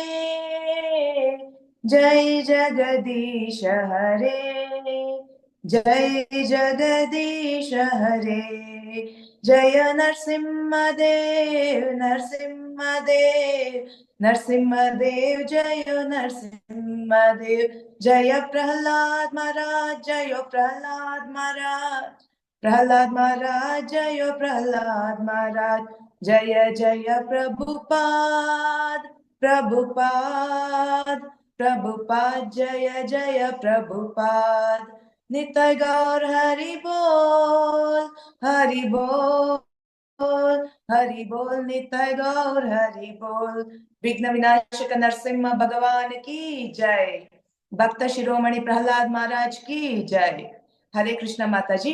ಗೋಪಿ ಸೇನೆಗೆ ನನಗೆ ಈ ಅವಕಾಶ ಕೊಟ್ಟಿದ್ದಕ್ಕೆ ನನ್ನ ತುಂಬು ಹೃದಯದ ಧನ್ಯವಾದಗಳು ಮಾತಾಜಿ. ಹರೇ ಕೃಷ್ಣ. ಹರಿ ಹರಿ ಬೋಲ್ ಮಾತಾಜಿ. ತುಂಬಾ ಚೆನ್ನಾಗಿ ಹೇಳಿದ್ರಿ ಮಾತಾಜಿ ನರಸಿಂಹ ಭಜನೆನ. ಜೈ. ಇದೇ ತರ ನೀವು ಈ ಒಂದು ಗೋಪಿ ಸೇನಾದಲ್ಲಿ ಈ ಕಾರ್ಯಕ್ರಮದಲ್ಲಿ ಈ ಸೇವೆಯನ್ನ ತಗೋತಾ ಇರಿ ಮಾತಾಜಿ. ನಿಮಗೊಂದ್ಸರಿ ಹರೇ ಕೃಷ್ಣ ಮಹಾಮಂತ್ರ ಹೇಳೋದ್ರ ಮುಖಾಂತರ ನಾನು ಧನ್ಯವಾದವನ್ನ ತಿಳಿಸ್ತೇನೆ. Hare Krishna Krishna Krishna Hare Hare, Hare Rama Rama Rama Hare Hare. Thank you so much Mataji. Mataji ಏನಾದ್ರು ಅನೌನ್ಸ್ಮೆಂಟ್ ಇದೆನಾ ಮಾತಾಜಿ? ಕ್ಲೋಸಿಂಗ್ ಪ್ರೇಯರ್ ಹೇಳದ ಲೀಲಾಮಯಿ ಮಾತಾಜಿ? ಇಲ್ಲ ಇದು ಅನೌನ್ಸ್ಮೆಂಟ್ ಎಲ್ಲ ನಾನು ಹೇಳಿದ್ದೀನಲ್ಲ. ಯಾರಾದ್ರೂ ಏನಾದ್ರು ಸೇವೆಯಲ್ಲಿ ಇದ್ರೆ ದಯವಿಟ್ಟು ನೀವು ಮೆಸೇಜ್ ಮಾಡಿ ನನ್ಗೆ, ಅಥವಾ ಫೋನ್ ಮಾಡಿ, ಅಥವಾ ಗೋಪಿ ಸೇನೆಯಲ್ಲೇ ಮೆಸೇಜ್ ಹಾಕಿ. ಓಕೆ, ದಯವಿಟ್ಟು ಸೇವೆಗೆ ಎಲ್ಲರೂ ಮುಂದೆ ಬನ್ನಿ ಅಂತ ನನ್ನೊಂದು ಪರ್ಸನಲ್ ರಿಕ್ವೆಸ್ಟ್. ಕ್ಲೋಸಿಂಗ್ ಹೇಳ್ಬೋದು. ಜೈ ಮಾತಾಜಿ. ಏಕಂ ಶಾಸ್ತ್ರಂ ದೇವಕಿ ಪುತ್ರ ಗೀತಂ, ಏಕೋ ದೇವಾ ದೇವಕಿ ಪುತ್ರ ಏವ, ಏಕೋ ಮಂತ್ರಸ್ತಸ್ಯ ನಮಾಮಿ ಯಾನಿ ಕರ್ಮಾಪಿ, ಏಕಂ ತಸ್ಯ ದೇವಸ್ಯ ಸೇವಃ, ತ್ವಮೇವ ಮಾತಾ ಚ ಪಿತಾ ತ್ವಮೇವ, ತ್ವಮೇವ ಬಂಧು ಚ ಸಖಾ ತ್ವಮೇವ, ತ್ವಮೇವ ವಿದ್ಯಾ ದ್ರವಿಣಂ ತ್ವಮೇವ, ತ್ವಮೇವ ಸರ್ವಂ ಮಮ ದೇವ ದೇವ, ಕೃಷ್ಣಾಯ ವಾಸುದೇವಾಯ ಹರಯೇ ಪರಮಾತ್ಮನೆ, ಪ್ರಣತ ಕ್ಲೇಶನಾಶಾಯ ಗೋವಿಂದಾಯ ನಮೋ ನಮಃ, ಕೃಷ್ಣಾಯ ವಾಸುದೇವಾಯ ದೇವಕೀ ನಂದನಾಯ ಚ ನಂದ ಗೋಪಕುಮಾರಾಯ ಗೋವಿಂದಾಯ ನಮೋ ನಮಃ, ವಸುದೇವಂ ಸುತಂ ದೇವಂ ಕಂಸ ಚಾಣೂರಮರ್ದನಂ, ದೇವಕೀ ಪರಮಾನಂದಂ ಕೃಷ್ಣಂ ವಂದೇ ಜಗದ್ಗುರುಂ, ಕಾತ್ಯಾಯನಿ ಮಹಾಮಾಯೇ ಮಹಾಯೋಗಿನ್ನದೀಶ್ವರಿ, ನಂದ ಗೋಪಾಸುತಂ ದೇವಿ ಪತಿಂ ಮೇ ಕುರುತೆ ನಮಃ, ಶ್ರೀಕೃಷ್ಣ ಶರಣಂ ಮಮ ದಾಸೋಹಂ ಕೃಷ್ಣವಾಸ್ಮಿ, ಹರೇ ಕೃಷ್ಣ ಕೃಷ್ಣ ಕೃಷ್ಣ ಹರೇ ಹರೇ, ಹರೇ ರಾಮ ರಾಮ ರಾಮ ಹರೇ ಹರೇ, ಹರೇ ಕೃಷ್ಣ ಕೃಷ್ಣ ಕೃಷ್ಣ ಹರೇ ಹರೇ, ಹರೇ ರಾಮ ರಾಮ ರಾಮ ಹರೇ ಹರೇ, ಹರೇ ಕೃಷ್ಣ ಕೃಷ್ಣ ಕೃಷ್ಣ ಹರೇ ಹರೇ, ಹರೇ ರಾಮ ರಾಮ ರಾಮ ಹರೇ ಹರೇ. ಜೈ ವಾಂಛಾಕಲ್ಪತರುಭ್ಯಶ್ಚ ಕೃಪಾ ಸಿಂಧುಭ್ಯ ಏವ ಚ ಪತಿತಾನಾಂ ಪಾವನೇಭ್ಯೋ ವೈಷ್ಣವೇಭ್ಯೋ ನಮೋ ನಮಃ. ಅನಂತ ಕೋಟಿ ವೈಷ್ಣವವೃಂದ ಕಿ ಜೈ. ನಾಮಾಚಾರ್ಯ ಶ್ರೀಲ ಹರಿದಾಸ್ ಠಾಕೂರ್ ಕಿ ಜೈ. ಜಗದ್ಗುರು ಶ್ರೀಲ ಪ್ರಭುಪಾದ್ ಕಿ ಜೈ. ಗುರುದೇವ್ ಕಿ ಜೈ. ನಿತಾಯ ಗೌರ್ ಪ್ರೇಮಾನಂದೇ. ಹರಿ ಹರಿ ಬೋಲ್. Thank you so much Mataji. Hare Krishna Mataji. ಹರೇ ಕೃಷ್ಣ. ಮುಂದಿನ ವಾರ ನಾನು ನರಸಿಂಹ ಹಾಡ್ತಿ ಮಾಡ್ಬೋದಾ ಮಾತಾಜಿ? ಯಾರು ಮಾತಾಡುದು ಮಾತಾಜಿ? ಹೆಸರು ತಂದು ಇವರು ನಾಮ ಮಹಿಮಾ ಮಾತಾಜಿ ಅಂತ. Okay okay.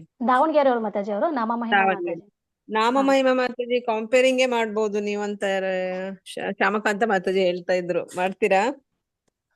ಅದು ಇನ್ನು ಸರಿಯಾಗಿ ಅಷ್ಟು ಗೊತ್ತಿಲ್ಲಲ್ಲ ಮಾತಾಜಿ.